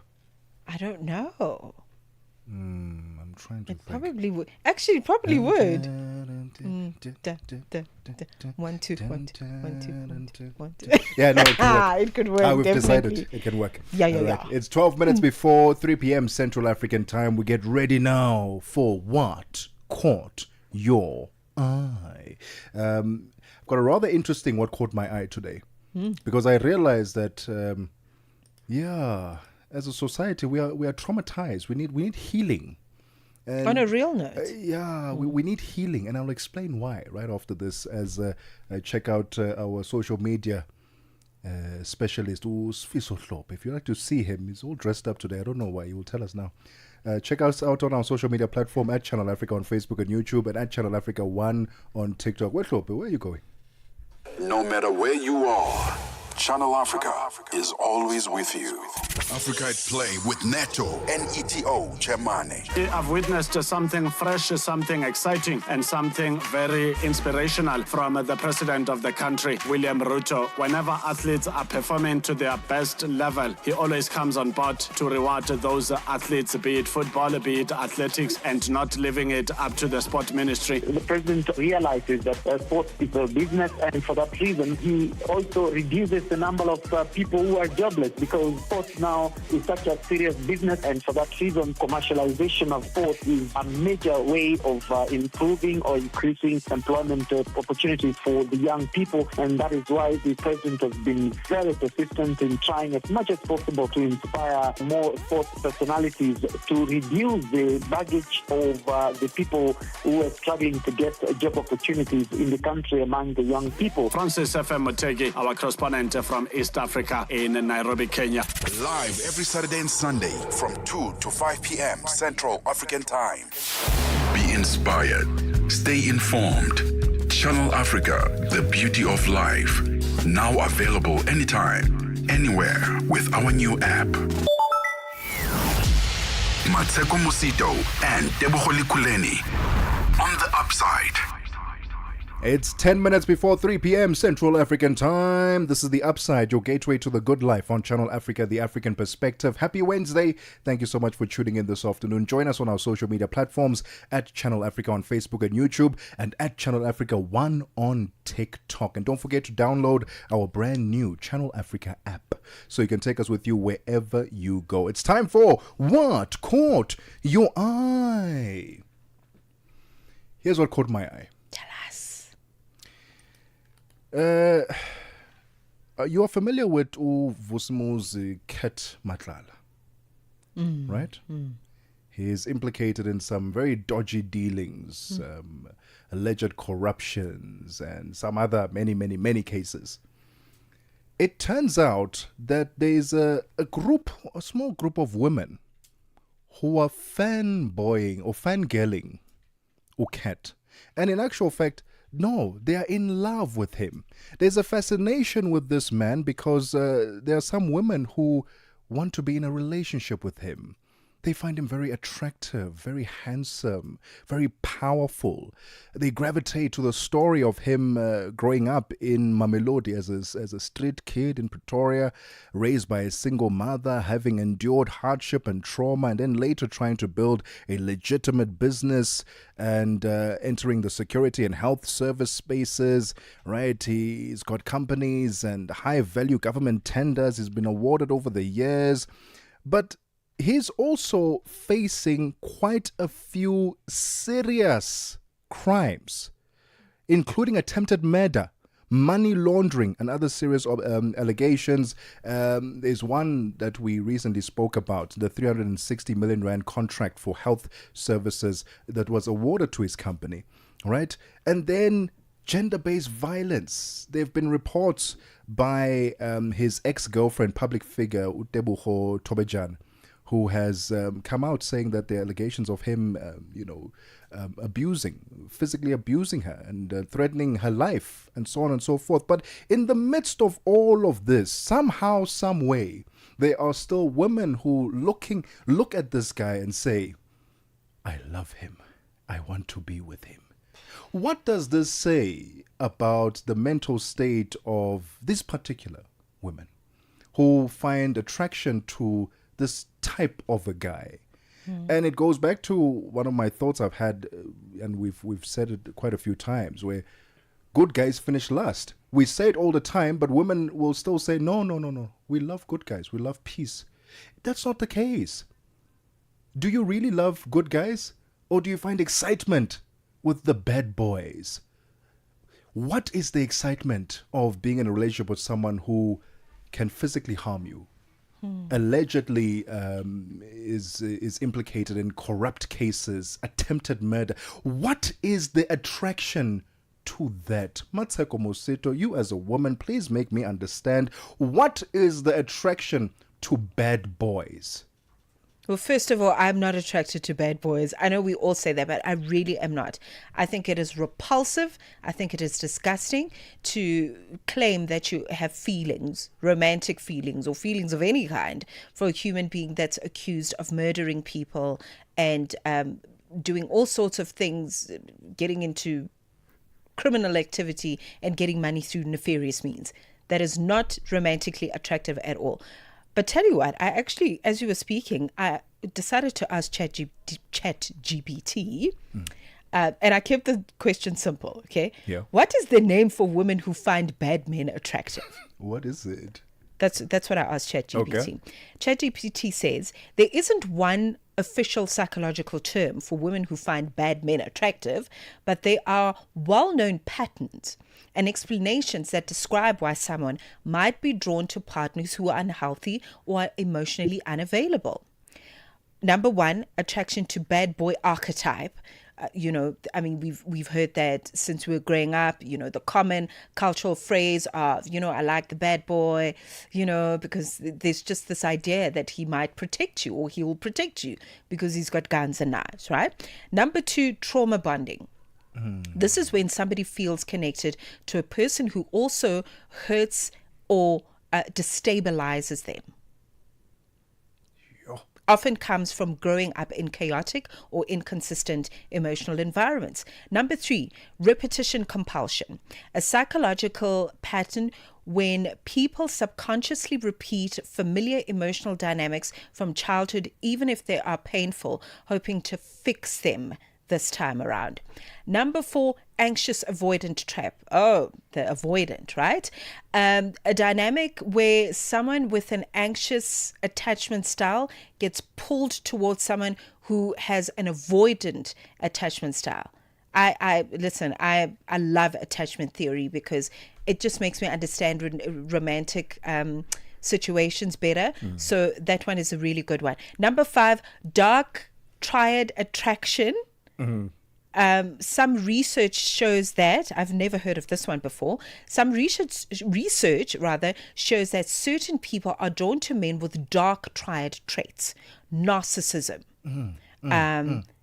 Machiavellian behavior, psychopaths. Can you actually imagine? This is absolutely insane. that there are people that feel they could make it work with a toxic partner. All right. Let us know. Comment below on our social media platform at Channel Africa 1 on TikTok. Do you find bad boys attractive? And if you do, what is it about them that makes them attractive? And if that's the case, where do the good guys go? If we are all into the bad guys, where do the good guys go? Do they just turn into bad guys themselves because now they're seeing this? Anyway, what caught your eye? Mmatsheko, Mosito. I want to talk about just what's been happening with the weather and how we are getting increased climate anxiety. You know, it's something we have at the back of our minds almost on a daily basis. And we live in the southern hemisphere, and it is December, and we're in the summer season, and there's a lot of rain that comes with this time of the year. A lot of beautiful sunshine, but lots of rain. And sometimes we welcome the rain because it's good for vegetation, it's good for the environment, it's good for our biodiversity. But across parts of South Africa, small-scale farmers are counting heavy rain losses after severe rains have and hailstorms have come through and destroyed and destabilized much of their vegetation. So one grower in the Northwest, this is not a new story, but there are a lot of similar stories that have happened in recent days. So one grower in the Northwest that was interviewed by SABC News earlier this month says his grape harvest for distilling will likely drop to 30% of what he expected. That is a lot. That is a big percentage, considering the margins of fresh produce in this country. So experts warn that this intense hail has become more frequent due to a lot of overlapping tropical and extratropical weather systems, as they are known, combined with a looming La Nina season, which basically increases the risk of extreme thunderstorms. So this is definitely not good for farming, and perhaps a bigger conversation needs to be had on how small-scale farmers, especially that are often under-resourced, can start exploring ways to protect their harvest, especially at this time of the year when we've got La Nina and El Nina and all these other climatic seasons that are shifting negatively and affecting agriculture negatively. So spare thought for the farmers, because it does affect. If it affects them, it's going to affect us as well, because we get our food from them. And if their crop is being destroyed by natural disasters, I mean, the hailstorms, we've experienced a few over the years, but not as severe as we have over the past couple of days, couple of weeks. And so I was saying earlier that not a lot of farmers would have anticipated and have created, environments and spaces to protect their crops, because they wouldn't have thought, we don't really have hailstorms in South Africa, it's not a thing. But now they have to reconsider. But it doesn't take away from the fact that a lot of their produce has been damaged now. It's going to affect their bottom line. So please spare thought to our farmers in South Africa and Southern Africa and Africa. They do a lot for us. Yeah, it is a very serious issue. Absolutely. It's less than a minute to go, actually a few seconds until the top of the hour. Don't go anywhere. We are getting ready for the final hour of The Upside. Keep Africa in your hands. Connect to our website for all your news, sports, and cultural updates. channelafrica.co.za. 3 p.m. Central African Time. Welcome to the final hour of The Upside with me, Tebogo, Lekhuleni, and Mmatsheko Mosito. Before we get into our festivities of the final hour, let's get the last news update for The Upside with Onele Nsinzi. SABC News. The African Perspective. Thank you, Tebogo. Looking at your top stories, repressive tactics by Ugandan authorities ahead of presidential election, and Russia open to parts of U.S. peace proposal for Ukraine. The latest news. Greetings to our listeners. The UN Human Rights Chief has accused the Ugandan authorities of using repressive tactics ahead of a presidential election in January. The 81-year-old President Yoweri Museveni is hoping to extend his 40-year rule He is opposed by the singer-turned-politician Bobi Wine, who is popular amongst Uganda's youth. The UN says reports of arbitrary arrests and detentions, as well as enforced disappearances, torture and other ill treatment of opposition supporters and activists have been on a steady increase over the past year. The organization has urged the government to uphold the right to freedom of expression following multiple recent cases of restrictions of press freedom in the country. Ghana's High Commissioner to South Africa, Ambassador Benjamin Kwashie, has warned that escalating conflict across Africa from the Sahel to the Great Lakes region demand urgent continental action to uphold international humanitarian law and to prevent further civilian suffering. Kwashie says the proliferation of coups, cross-border insurgencies, and refugee flows underscores the need for African states to fully commit to the ICRC's Global High-Level Initiative. I think it's so significant knowing very well that we have almost 50 plus active wars going on in Africa. It paints a very gloomy picture of the world we are going to live for the next generation. And I think the least we can do is to ensure that this IHL comes into full force. This is a very, very critical point that we need to work with. This is a very critical initiative that every government in Africa will have to embrace, because wars transcend borders. The rippling effect of a conflict in one region can get into another region, can get to another country, and then the challenges are very enormous. Ghana is hosting the 23rd International Conference on AIDS and STIs in Africa, ICASA 2025, for the first time. The 5-day conference, which begins today, is organized by the Society for AIDS in Africa under the theme Africa in Action, catalyzing integrated and resilient health systems for sustainable responses to end HIV, other infectious diseases and emerging threats. Country Director for Edhamana People to People in South Africa, Clifford Zimondi, explains. So it is a change of ideas from across those who are working in the communities, scientists, policymakers. We are a network of 29 organizations, the bulk of which are in Southern Africa, which is the epicenter of the epidemic as such. We are here to network, find organizations that we can collaborate with, learn what are the next steps in our road to epidemic control by 2030 regarding universal health coverage, regarding the integration, provision of integrated healthcare. South African President Cyril Ramaphosa has reaffirmed the deep historical and cultural ties between South Africa and Mozambique, describing the people of the two nations as one people, bound by heritage, geography, and family. Speaking during his working visit to Maputo for the 4th South Africa-Mozambique Binational Commission, Ramaphosa highlighted the shared languages and close relations between the neighbors. The visit ending today has further cemented the strong bilateral cooperation between the two countries. South Africans and Mozambicans are bound together by a common heritage, by geographic proximity and familial ties that go back generations. We are one people. Some of the languages that are spoken in Mozambique are also spoken in South Africa. It's always a joy when I meet President Chissano and we speak together in Shangaan, which we both know very well and enjoy ourselves. And sometimes when we want to gossip about certain people, we resort to Shangaan and they can't hear us. Lastly, Russia says President Vladimir Putin is open to parts of the U.S. peace proposal for Ukraine and is ready to meet American negotiators as often as needed to end the war. Russia launched its full-scale invasion of Ukraine almost 4 years ago. Kremlin spokesperson Dmitry Peskov says it will be wrong to suggest Moscow is rejecting all U.S. ideas. The comments follow a 5-hour meeting between President Putin and U.S. envoys, which produced no tangible breakthrough. The BBC's Joel Kanta.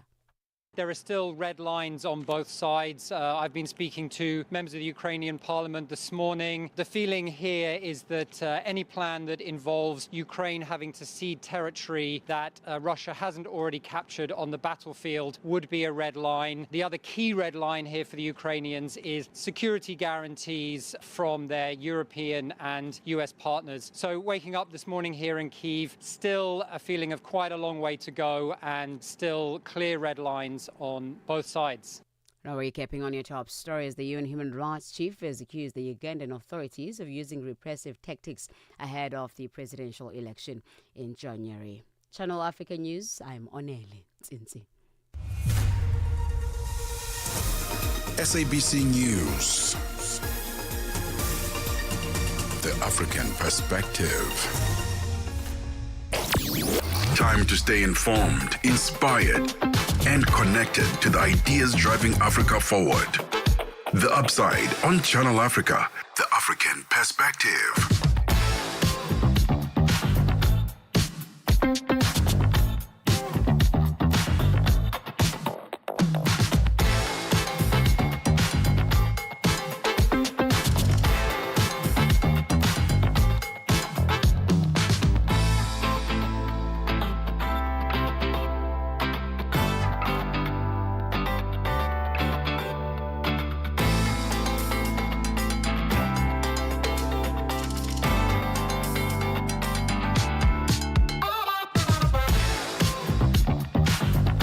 Seven minutes after 3 p.m. Central African Time. It's the final hour of The Upside, your gateway to the good life on Channel Africa, the African Perspective, with me, Tebogo Lekhuleni, and Mmatsheko Mosito. Join us live on our social media platforms at Channel Africa on Facebook and YouTube, and at Channel Africa 1 on TikTok. And don't forget to download our brand new Channel Africa app so you can take us with you wherever you go. There you can stream the shows live, check out the line up, read up about on the presenters, get to know us a bit better, and also see the amazing work that Channel Africa is doing behind the scenes. It's the final hour. That means that we have another conversations lined up for you. Absolutely. We are looking at a very important theme, of course, that we're going to be focusing on for the entire duration of this particular campaign that we acknowledge in South Africa, but we want the whole continent to know about it. 16 days of activism. It began on the 25th of November. Shelter Movement warns that South Africa is facing a year-round emergency, not just a seasonal campaign. I don't think this is news. This is definitely factual, that women get killed and raped and abused and femicide, all sorts of things happen outside of 16 days. Of course, 16 days of activism really is about highlighting and creating awareness. So that South Africa entered 16 days of activism, and this is a call that is louder at this time of the year and more urgent than previous years, considering what happened with the national shutdown that we saw. And the National Shelter Movement of South Africa says that the country cannot continue to treat gender-based violence as a seasonal campaign when it comes to women, children, and other vulnerable groups. And it shouldn't be. It really shouldn't be. I mean, 16 days, we're active for 16 days. What about the rest of the year? And rightfully said, because the shelter movement, they are that's the safe harbor for those who have been abused and victims of gender-based violence. That's where they would go. But now, when they can't handle the influx of people who are going there, then it creates another problem. Where do they go? Where can they turn to? So this is a conversation that we need to be having and amplifying and saying, you know what, enough is enough. Let us not just merely through words campaign for 16 days, but throughout the whole year. Let's make practical changes that will ensure that we get less and less women in those shelters by reducing the rate of gender-based violence in this country, in this continent. A very important conversation coming up next, 10 p.m. or 10 minutes after 3 p.m. Central African Time. Don't go anywhere. This is the final hour of The Upside. Channel Africa, your voice, your sound, and your home. Stay logged right here. Darubini ya Afrika na I am Henry Shakif. Deogratus Bwire, wewe kama mkurugenzi wa shirika la kutetea haki za binadamu kutoka kule Dar es Salaam, Tanzania. Maandamano yameendelea kwa siku ya pili. Nini kinaendelea? Kwanza mimi ningependa tusiliweke kama wafuasi wa upinzani. Kwa sababu kiukweli mimi nilipata kidogo kushuhudia watu waliokuwa wanapita barabarani hawakuwa kwa namna yoyote ile wamebeba bendera ya chama chochote cha upinzani. Umezungumzia swala zima vitu ambavyo havijakaa sawa vinapaswa kurekebishwa. Vitu hivyo ni nini? Hiyo vitu ambavyo havijakaa sawa tayari nimeshavisema huko. Najua kumekuwepo na mtiririko wa matukio mengi sana. Watu ambao wanakuwa wanapinga masuala kadha wa kadha ambayo yanaonekana kufanywa na vyombo vya dola kwenye mitandao au hata pia nje, wamekuwa wakichukuliwa hatua. Darubini ya Afrika kila Jumatatu hadi Ijumaa kuanzia saa 11 kamili hadi saa 12 kamili jioni majira ya Afrika ya Kati. Tebogo and Mmatsheko on the upside.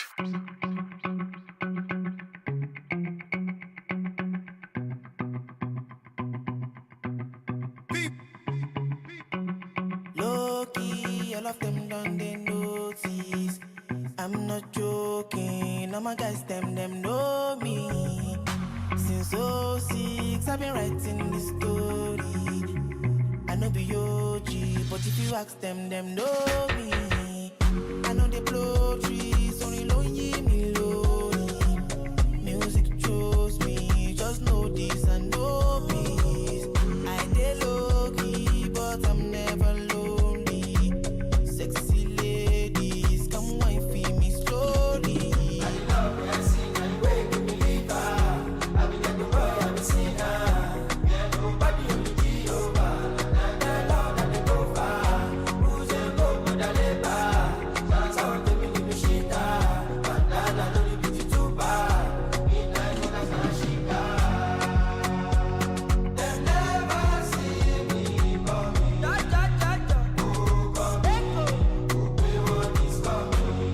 Yo yo yo. Like that boy, they go for it. They go for it. They go for it. They go for it. Mr. Boy. I'm never weak. I never cease. Till eternity, I'm on fire. My legacy will not die. My family is for life. But them day, would them be? Them go crazy, them go die. Them go say, them don't know. It's in this song. Low-key, all of them done they notice. I'm not joking, all my guys, them know me. Since 06, I've been writing this story. I know be OG, but if you ask them know me. I love me, I sing, I wake me believer. I be like the boy, I be sinner. Yeah, nobody only Jehovah. Na love that they go far. Who's a boy but I labor. That's how I take me the shit. But I don't be too bad. Midnight when I start shika. Them never see me coming. Da da da da. Who coming? Who pay when it's coming? Yo yo yo. Like that boy, they go for it. They go for it. They go for it. They go for it. Mr. Money. Fireboy DML featuring Asake with Bandana, the title of the song. Beautiful, wonderful celebratory music as we have now officially entered the festive season. Welcome to the Upside, dear Upsider. We're in each other's company until 4. All right, important conversation coming up next, because South Africa entered the 16 days of activism this year with a warning that feels louder than ever. The National Shelter Movement says gender-based violence cannot be treated like a seasonal campaign when women and children are living in danger every single day. With this year's global theme focusing on the rise of digital abuse, the call is clear. South Africa must protect people both online and offline, and with urgency. This comes after an emotional mobilization on the eve of the G20 summit, when thousands marched in solidarity with victims and survivors. Communities are demanding stronger action. The question is whether leaders will respond. We are joined on the line by Greer Skuman, board member of the National Shelter Movement SA. Greer, thank you so much for your time. Welcome to the Upside. Let's start off with getting to know the work that the National Shelter Movement SA does. Good afternoon to everyone, and thank you so much for inviting us onto the show. The National Shelter Movement of South Africa is represented in all 9 provinces, and in effect, we represent the voices of shelters. So we form an advocacy network. And as we serve our shelters in it's more than 100 shelters, as we know, located across the country. And our main job is to ensure that we are well coordinated, that the issues are known to society, and to effectively advocate for better policies and resourcing of all of our shelters. How would you describe the state of gender-based violence in South Africa, Greer, right now as we speak, beyond 16 days of activism at this time? We do frame it as a 365 days a year problem. We would want it spotlighted in the way that it is during 16 days of activism. I think what is significant during this time is when we see the political leadership that one does not perhaps receive so consistently across the year. In South Africa, we understand that 3 women are killed by an intimate partner every day. That is significant. That is 5 times the global average. So while we know that femicide is actually a challenge everywhere in the globe, it is a particular challenge that we face within South Africa. Greer, on the eve of the G20 summit, South Africans came out in quite extraordinary numbers ahead of that summit. What did this movement reveal about the public sentiment as it stands right now concerning gender-based violence? Well, I believe that it really showed the impact that gender-based violence has on our communities. Besides the thousands of people that came onto the streets, we also know that there were more than 1 million people who actually signed the petition worldwide in solidarity with the women of South Africa. So that really tells us that for women in South Africa and for women and people, allies who are actually looking at the situation that we face in the country, there's a broad-based recognition that we cannot continue to do business as usual. With the president coming out and recognizing and stating it as a national disaster was at the same time then to recognize that there has been a lack of effective political movement on this. So in that moment, for those, especially of us who are working in the sector, we felt incredibly seen. For women who are suffering under violence, for women who and families of victims who have succumbed to violence, it was a very powerful moment of solidarity and showing really the strength in numbers and potential change to bring the president, as you note, on the eve of the start of the G20 summit. And of course, we were also part of the G20 Social Summit, where many of the speakers and delegates throughout those days, because we know that one was marked more by civil society participation, already started to wear purple in solidarity.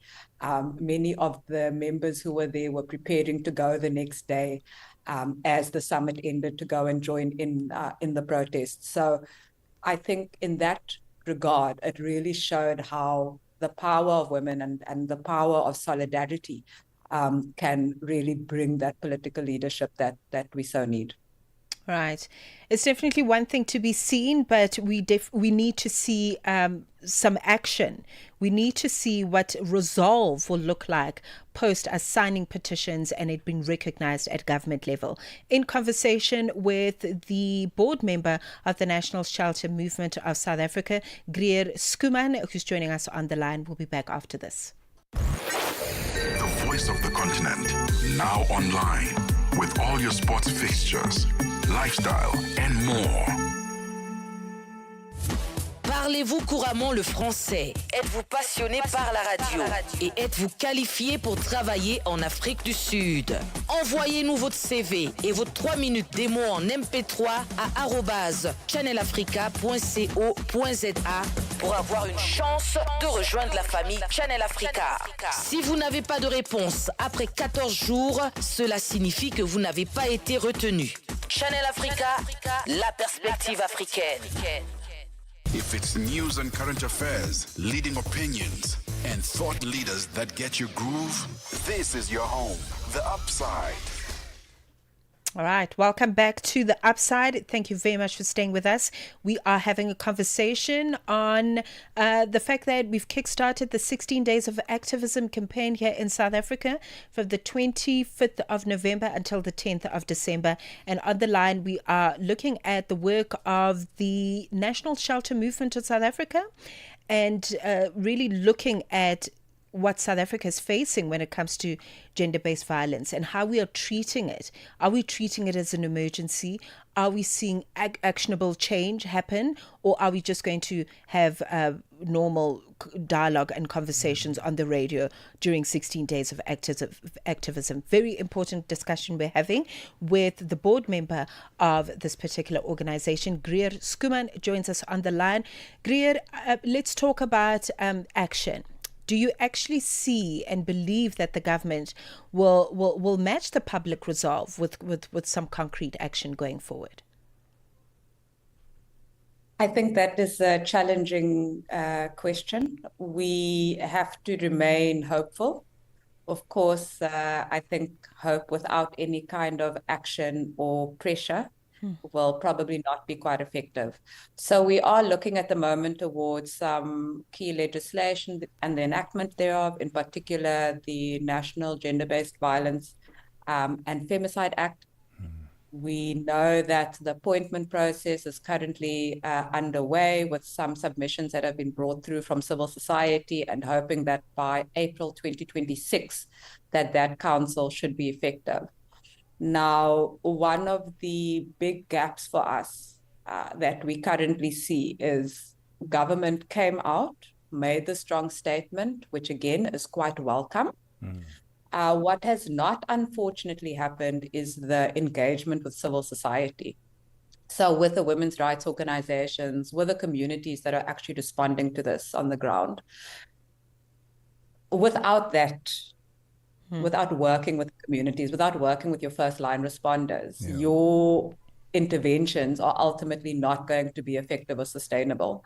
If we look at the timeline since 2018, we have had various commitments. We also have fresh in our mind how during COVID, the president did designate gender-based violence as the second pandemic, shadow pandemic within South Africa. Unfortunately, it did not turn the tide. We have had some engagements, public engagements, where people spoke out, where government brought women together, brought organizations together. And in those spaces, when we were amongst one another, we could see there is a wealth of knowledge, there is a wealth of work that is being done, but there is a lack, a dearth of government support. And this is one of our key advocacy issues, really. At the end of the day, much of this, the work that especially we are doing within the sheltering space, is providing an essential service. One of the issues that we were raising around is you will find that a shelter can get a grant for as little as 140,000 Rand for a year. Now, you may think that 140,000 Rand may be enough for many things. But if you think about the basic staffing component that's required, you need a house mother. You need someone to assist in terms of the psychosocial support. You need someone to assist in terms of legal advice. You may have someone who is coming with children. You need to find a way to get those children effectively to school. If a woman has court dates, you've got your court support programs or someone who actually goes to assist them through that court process, because it is quite traumatic. And then there's also an obligation with any grant that comes from the Department of Social Development, where we also need to look at basic kind of skills development, economic empowerment. And these are the substantive issues that we need to deal with. So there's about a coverage of up to 40% that is provided through the Department of Social Development to shelters in order to provide an essential service, services that really are enshrined and rights are enshrined within the Constitution. But the 40% does not cover that. So we are advocating for an increase to at least 60%. And within that, also to ensure that shelters are effectively resourced and capacitated. I think one of the big things we've seen is that the psychosocial support, the trauma that women of this country and children of this country are having to navigate by themselves is unacceptable. It pushes you back into violence. And for children, it traumatizes them. And you know, for young boys, it may mean that they perpetrate violence themselves, having not learned the requisite skills. And unfortunately for our young women, that they may themselves find themselves in abusive relationships. Greer, in relation to the shelters and the operations of the shelter, the daily services, and you'd mentioned 140,000 and all the things that are required to ensure that that shelter runs effectively and efficiently, seems very little, correct? And how can civil society, how can me and Mmatsheko, the public servant, how can we assist? How can we help? How can the private companies get involved to ensure that we help you do your best?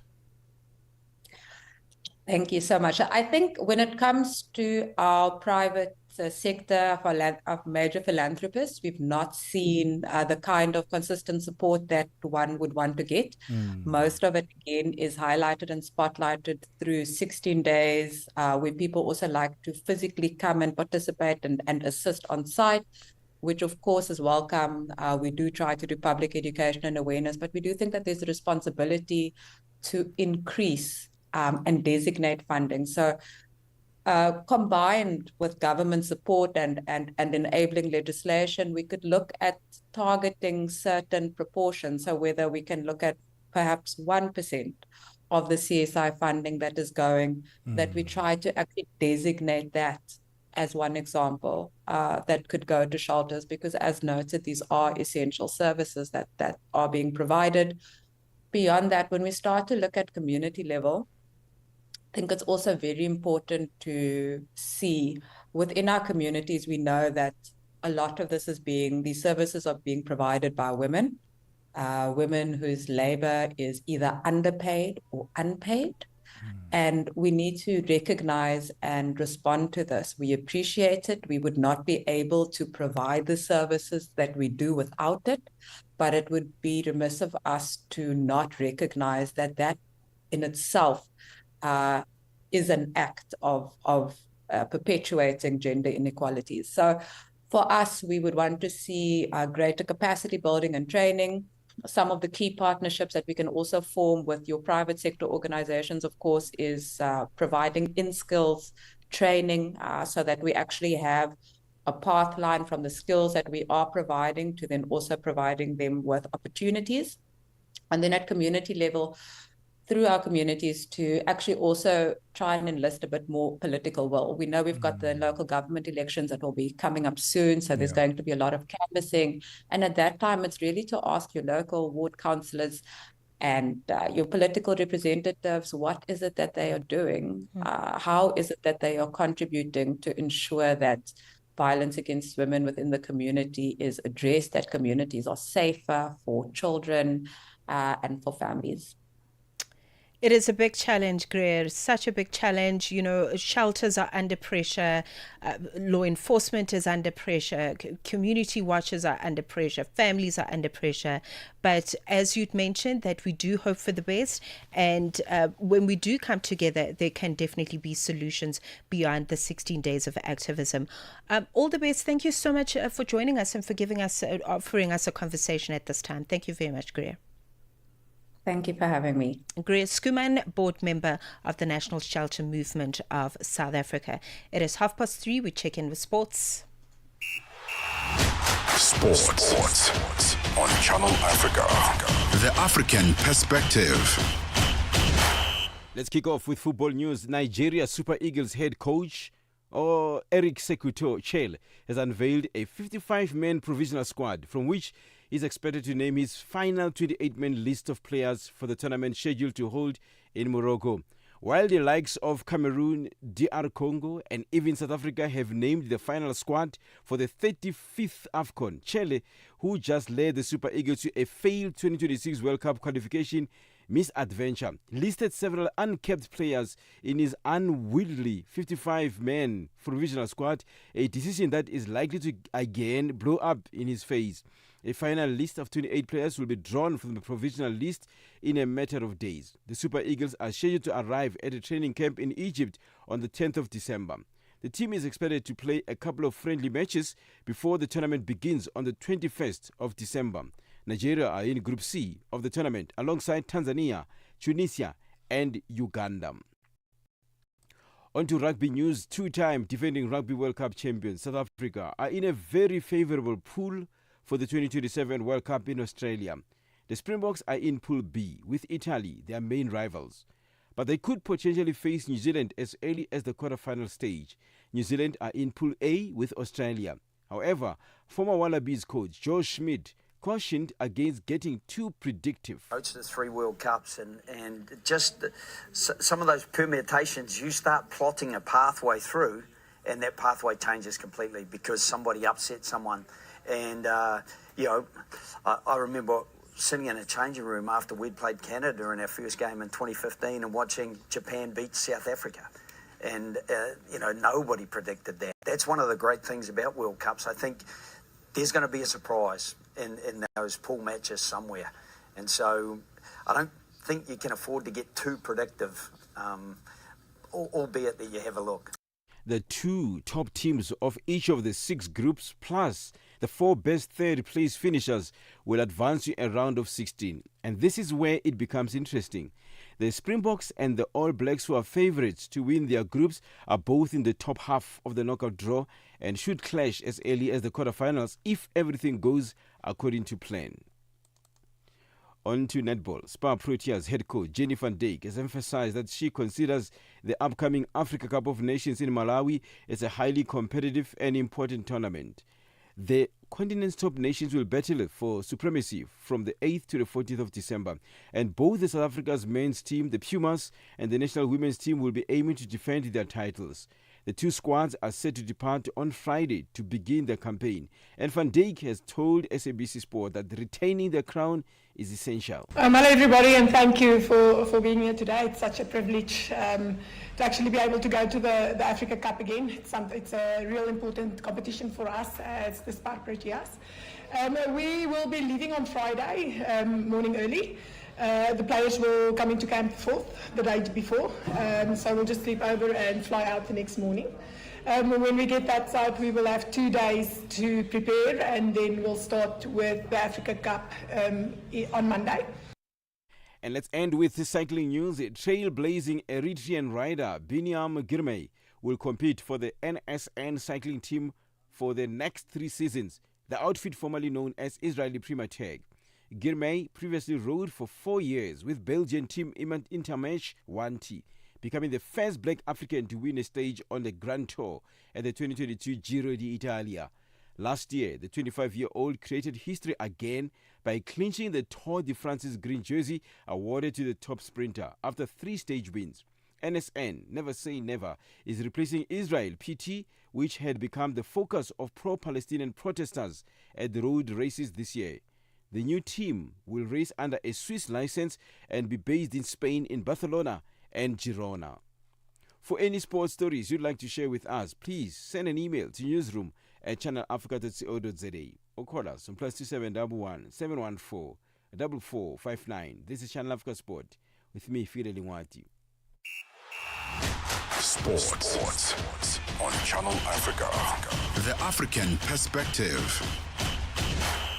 Africa Update on Channel Africa with Lulu Kabu. Mozambique's opposition leader Venancio Mondlane has been charged with incitement to terrorism and disobedience. He faces a total of 5 charges. The charges relate to post-election violence that left hundreds of people dead. What punishment is he looking at? The most severe charges are 2. One is incitement for terrorism, and also is being charged for mobilizing people for terrorism. terrorism during the protests. These charges are really serious and severe. If he is condemned, is found guilty, he could serve 10 years plus years in jail, meaning that he would be banned from political participation, mainly for the 2028 and 2029 electoral cycle. The director of CDD, the Center for Democracy and Development, Adriano Novunga. Africa Update with Lulu Kapu, 12 to 1 p.m. Central African Time. 36 minutes after 3 p.m. Central African Time. Let's get the final business news this afternoon. On the upside, Buntle Headbush is standing by. Business news on Channel Africa. The African Perspective. Thanks, Tebogo, and a very good afternoon to our listeners. Our top story this hour: questions have been raised about how a competitive electricity tariff could be funded for South African chrome producers and ferrochrome smelters. This as industry players argue that the cost of power is the real cause of the sector's decline, not ore prices. In a joint statement, the Minerals Council South Africa and the Ferroalloy Producers Association have rejected the introduction of a chrome ore export tax. Chief Operating Officer at Tharisa, Michelle Taylor, says engagements with the government are ongoing.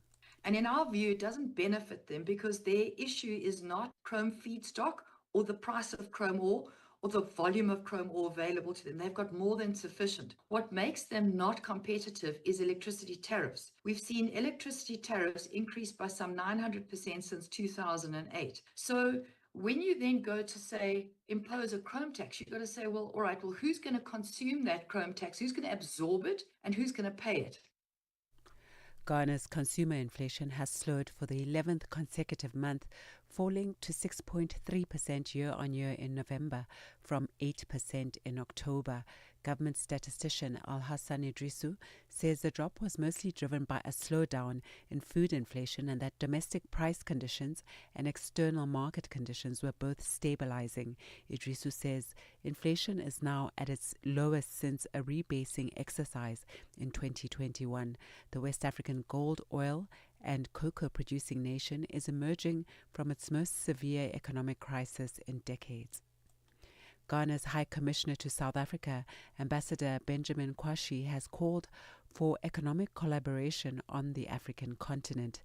The ambassador made the call on the sidelines of a high-level regional seminar taking place in Pretoria. He urged African nations to embrace the African Continental Free Trade Area, arguing that the continent's abundant resources should drive development from within rather than dependence on external powers. Your President Cyril Ramaphosa's speech at the G20 closing ceremony, I think he spoke the mind of the current generation of Africa and also spoke the mind of the generation that is yet to follow us.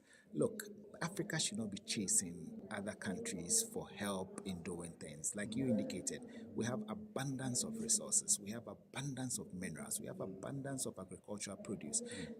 What we need among ourselves, it's strange that in having all these things, we've created borders among ourselves, which I believe the African Continental Free Trade Agreement area is going to work on. The African Petroleum Regulators Forum says it's chosen Nigeria as their headquarters and elected Benga Komolafe, head of the Nigerian Upstream Petroleum Regulatory Commission, as its chair. Komolafe, who previously served as interim chair, was confirmed during the forum's inaugural executive committee meeting held virtually yesterday and attended by representatives from 16 African countries. The forum was established to strengthen petroleum governance across Africa by harmonizing regulations, promoting investment and fostering collaboration among national regulators, and says it's laying the foundation for a more harmonized and collaborative regulatory environment across Africa. The Australian Communications Minister has mounted a staunch defence of her government's pending ban on under-16s using social media. Annika Wells said the law that comes into effect next week would prevent Generation Alpha from being sucked into purgatory by predatory algorithms. algorithms. YouTube has claimed teenagers would be less safe under the new rules. The BBC's Katie Watson has more. Prime Minister Anthony Albanese has sold this as legislation to keep kids safe and give parents peace. It's about protecting teens from algorithms and endless scrolling and covers a handful of the most prominent platforms, including Snapchat, YouTube and TikTok. The onus is on the social media companies to take reasonable steps to make sure under-16s don't open an account on their platforms. If they fail to do so, companies could face fines of as much as $33 million. And now taking a look at the indicators, $1 in Nigeria is trading at 1,446 naira this afternoon. In Botswana, it's 13 pula 23. Kenya, the dollar is trading at 128 shilling 39, and in Zambia, it's 22 kwacha 94. The BRICS countries, $1 in Brazil is trading at 5 rial 34. Russia, 77 rubles 52. In India, it's 89 rupees 85. China 717, and South Africa $1 is trading at 17 rand 10 cents this afternoon. $1 is trading at 75 pence to the British pound and 86 to the euro. Looking at commodities, gold is trading at $4,200 per ounce, platinum at $1,646 per ounce, while Brent crude oil is at $63.11 a barrel. And that's the business news. I'll be back with the final look at the indicators in the next hour.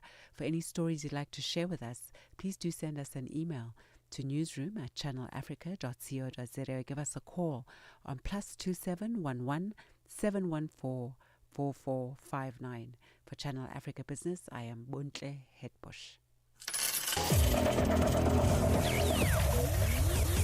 Business News on Channel Africa. The African Perspective. 9 to 12 midday, Central African Time. On the Move with Palisa Tau and Benjamin Mushatama. Now, when you go to the hospital, there's medical attention that you need, and that's the only experience you're expecting to have. If you are a transgender person, sometimes those experiences can be marred by the demand of trying to understand your gender, your sexuality, and not particularly getting the assistance that you need. One time, I was sexually abused by someone who used to live next door to my house. So when I went to the police to report, I was in a weave, I was wearing a dress, and when I got there, the police person that helped me said to me, obviously we're gonna rape you because why do you walk around looking like trying to be a woman when you are a man? And after that, the person just walked scot-free. How do you deal with that? Because there's a double barrel abuse there. So it's not even double barrels, there's kind of multi-dimensional forms of abuse. I think one thing that I will tell you about trans people is we are strong, not because we want to be strong, but because we don't have an option. It is what it is. Because the struggles that we face each and every day are like unimaginable. Keeping you on the know and on the move. The Upside with Tebogo Lekhuleni and Mmatsheko Mosito, bringing Africa's voices to the world. On Channel Africa, the African Perspective.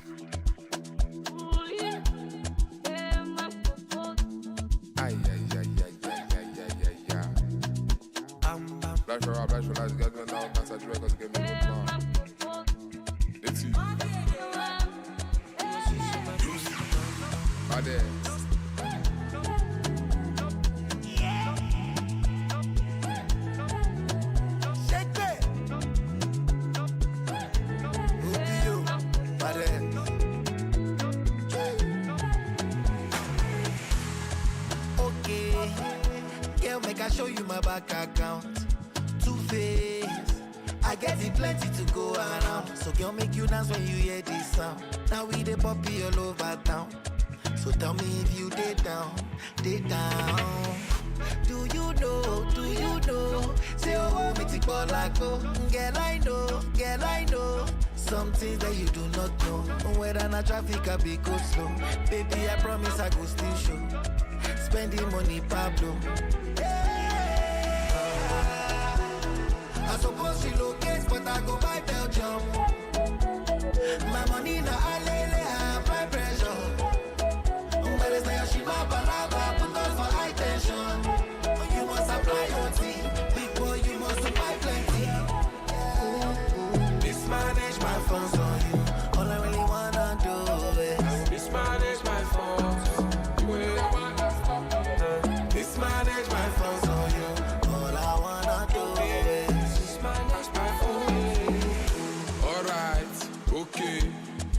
motor for the voltage. Tilapia, kote. Bring a goofy with the cocaine. Gobe, you see the bed, do not replay. Find a bacha for my bros. Conquer the streets with the play. I need your billing up party, all got the pump. If I handle this your body, all got so. If you put me for palava, Njebolo if I what can they make? Who be fair, ego nepe. Complain, it was he say my baby, I suppose she locate, but I go buy Belgium. My money na alele, my pressure. My palava, put on for high tension. When you must apply your tea, because you must apply plenty. Mismanage my funds on you. All I really wanna do is Mismanage my funds. mismanage my funds on you. All I wanna do is Mismanage my funds on you. all I really wanna do I will mismanage my funds. You ain't wanna stop me. Mismanage my funds on you. when you don't know my problems.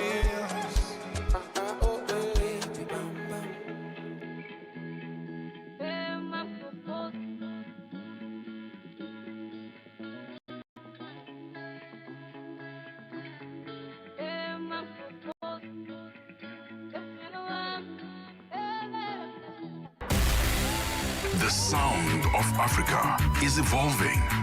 Experience our new mobile app. Free to download. Free to connect. We are 13 minutes away from 4 p.m. in Central African time. Thank you very much for staying with us. And it is always a pleasure to have you join us here on The Upside. We came through with Funds featuring Davido, of course, as the head honcho in that piece of music, featuring Odumudu Black. Hey, wowza. Thank you, Tebogo Lekhuleni, to the rescue. Oh, my goodness. Oh, man. Okay, so let's do this. Let's take a quick promo break. When we return, Africa in Business, standing by is Tami Ngubeni to fill us in on what's coming through. Africa.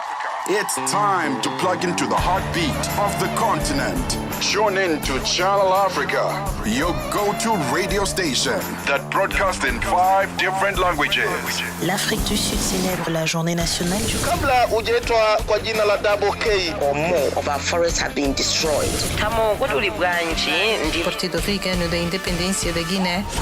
See, Channel Africa represents every corner of this amazing land. From Lagos to Cape Town, Nairobi to Dakar, we've got you covered with the freshest news, music, and cultures. So, turn up the volume, feel the rhythm.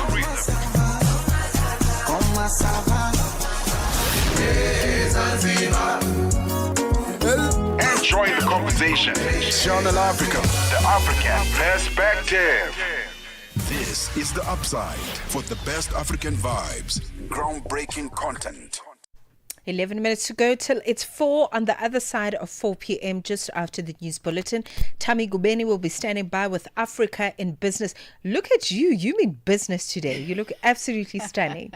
It's all about business. It Yes. certainly has been. Well, here's what we've been doing. President Cyril Ramaphosa has also been all about business.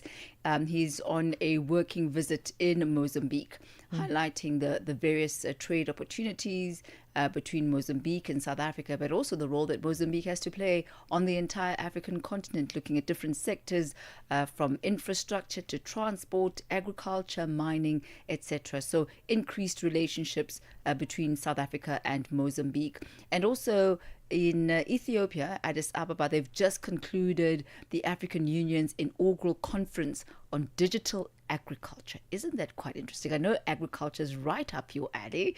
So digital agriculture. So we'll be speaking this afternoon to Moses Vilagati and affirming exactly what it is that was discussed at this conference and what does the digitalization of agriculture look like for the African continent. It sounds absolutely amazing. I was in conversation just around one of the themes was digital agriculture.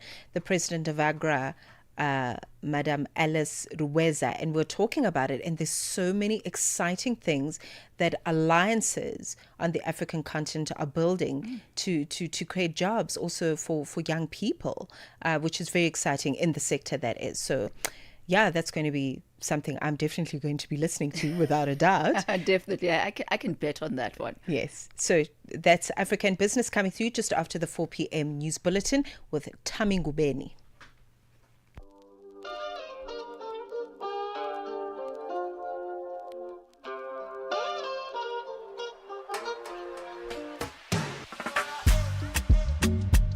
Give me that love, give me peace of mind. Or should they call me with your line? I want that peace of mind where they come with that woo. Baby, now on my race we they run, so make you no go waste time. Oh no, no pressure. Make you give me that love. If you give me, I no go let go. Give me, make I kill my sanko. Feelings got me hitting on a freaky dance floor. Make you give me that love. If you give me, I no go let go. Make you give me, make I kill my sanko. Feelings got me hitting on a freaky dance floor. Diallo, diallo. If I give you my love, oh, make you no disappoint, oh. Me, I get you for mind, oh. Diallo, diallo. If I give you my love, oh, make you no disappoint, oh. Me, I got you for mind, oh, my mind, oh. Goddamn, alright, goddamn. Get the way your body make me feel excited. Loving you, they put me on a different mindset. Girl, not only you, they make me stick to one girl. Goddamn, hell, I need you again, goddamn. Picture perfect, no they mind them. Keep it private, fuck on ballet. If you need me, baby, I'll be right there. One more time for my radio. Bump back, showing you the baby you. Do me many things till they hear me you. I'm ready if you're ready to. Give me that love. If you give me, I no go let go. Give me, make I kill my sanko. Feelings got me hitting on a freaky dance floor. Make you give me that love. If you give me, I no go let go. Make you give me, make I kill my sanko. Feelings got me hitting on a freaky dance floor. Diallo, diallo. If I give you my love, make you no disappoint, oh. Me, I get you for mind, oh. Diallo, diallo. If I give you my love, oh, make you no disappoint, oh. Me, I got you for mind, oh, my mind, oh. So many people want lick my stew, so baby, you make I survey your tools. And if I undo your 2 by 2, you fit to scream, you to losing your cool. So many reasons are written in the stars, oh my God, you're the reason I do what I do. So baby, make you give me your love. Make you give me that love. If you give me, I no go let go. Give me, make I kill my sanko. Feelings got me hitting on a freaky dance floor. Make you give me that love. If you give me, I no go let go. Make you give me, make I kill my sanko. Feelings got me hitting on a freaky dance floor. Diallo, diallo. If I give you my love, make you no disappoint, oh. Me, I got you for mind, oh. Diallo, diallo. If I give you my love, make you no disappoint, oh. Me, I got you for mind, oh, my mind, oh.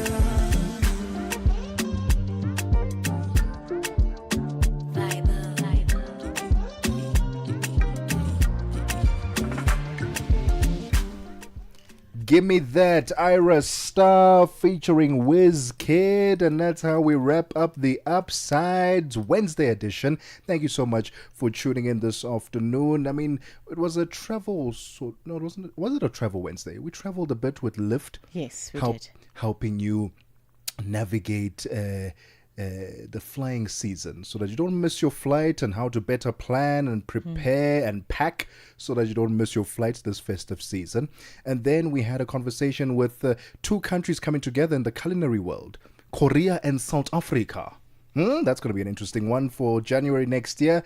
And then we had the National Shelter Movement South Africa conversation saying that, listen, we can't have GBV conversations just on 16 days of activism as a campaign. It's a year-round conversation, and they need help in those spaces to ensure that they get their work done effectively and efficiently.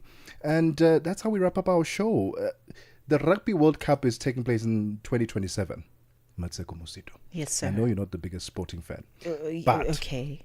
But the polls, the teams have been allocated. South Africa is in Pool B. They are with Italy, Georgia, and Romania. Can I just say this is possibly one of the easiest groups for them to be in. They're going to win all those games. And I'm already predicting right now. All right, here are my predictions for the quarterfinals. All Blacks versus South Africa, because they also have a very easy group. Fiji versus France. I'm going to go for Australia and England and Argentina and Ireland. And I'm going to go for a final between South Africa and France, and South Africa to win back-to-back World Cups. Those are my predictions for 2027. Let's record this. We'll reflect on it in 2027. Actually, and that's not too far away. You're going to see how 2026 is going to whiz past. I can tell you that.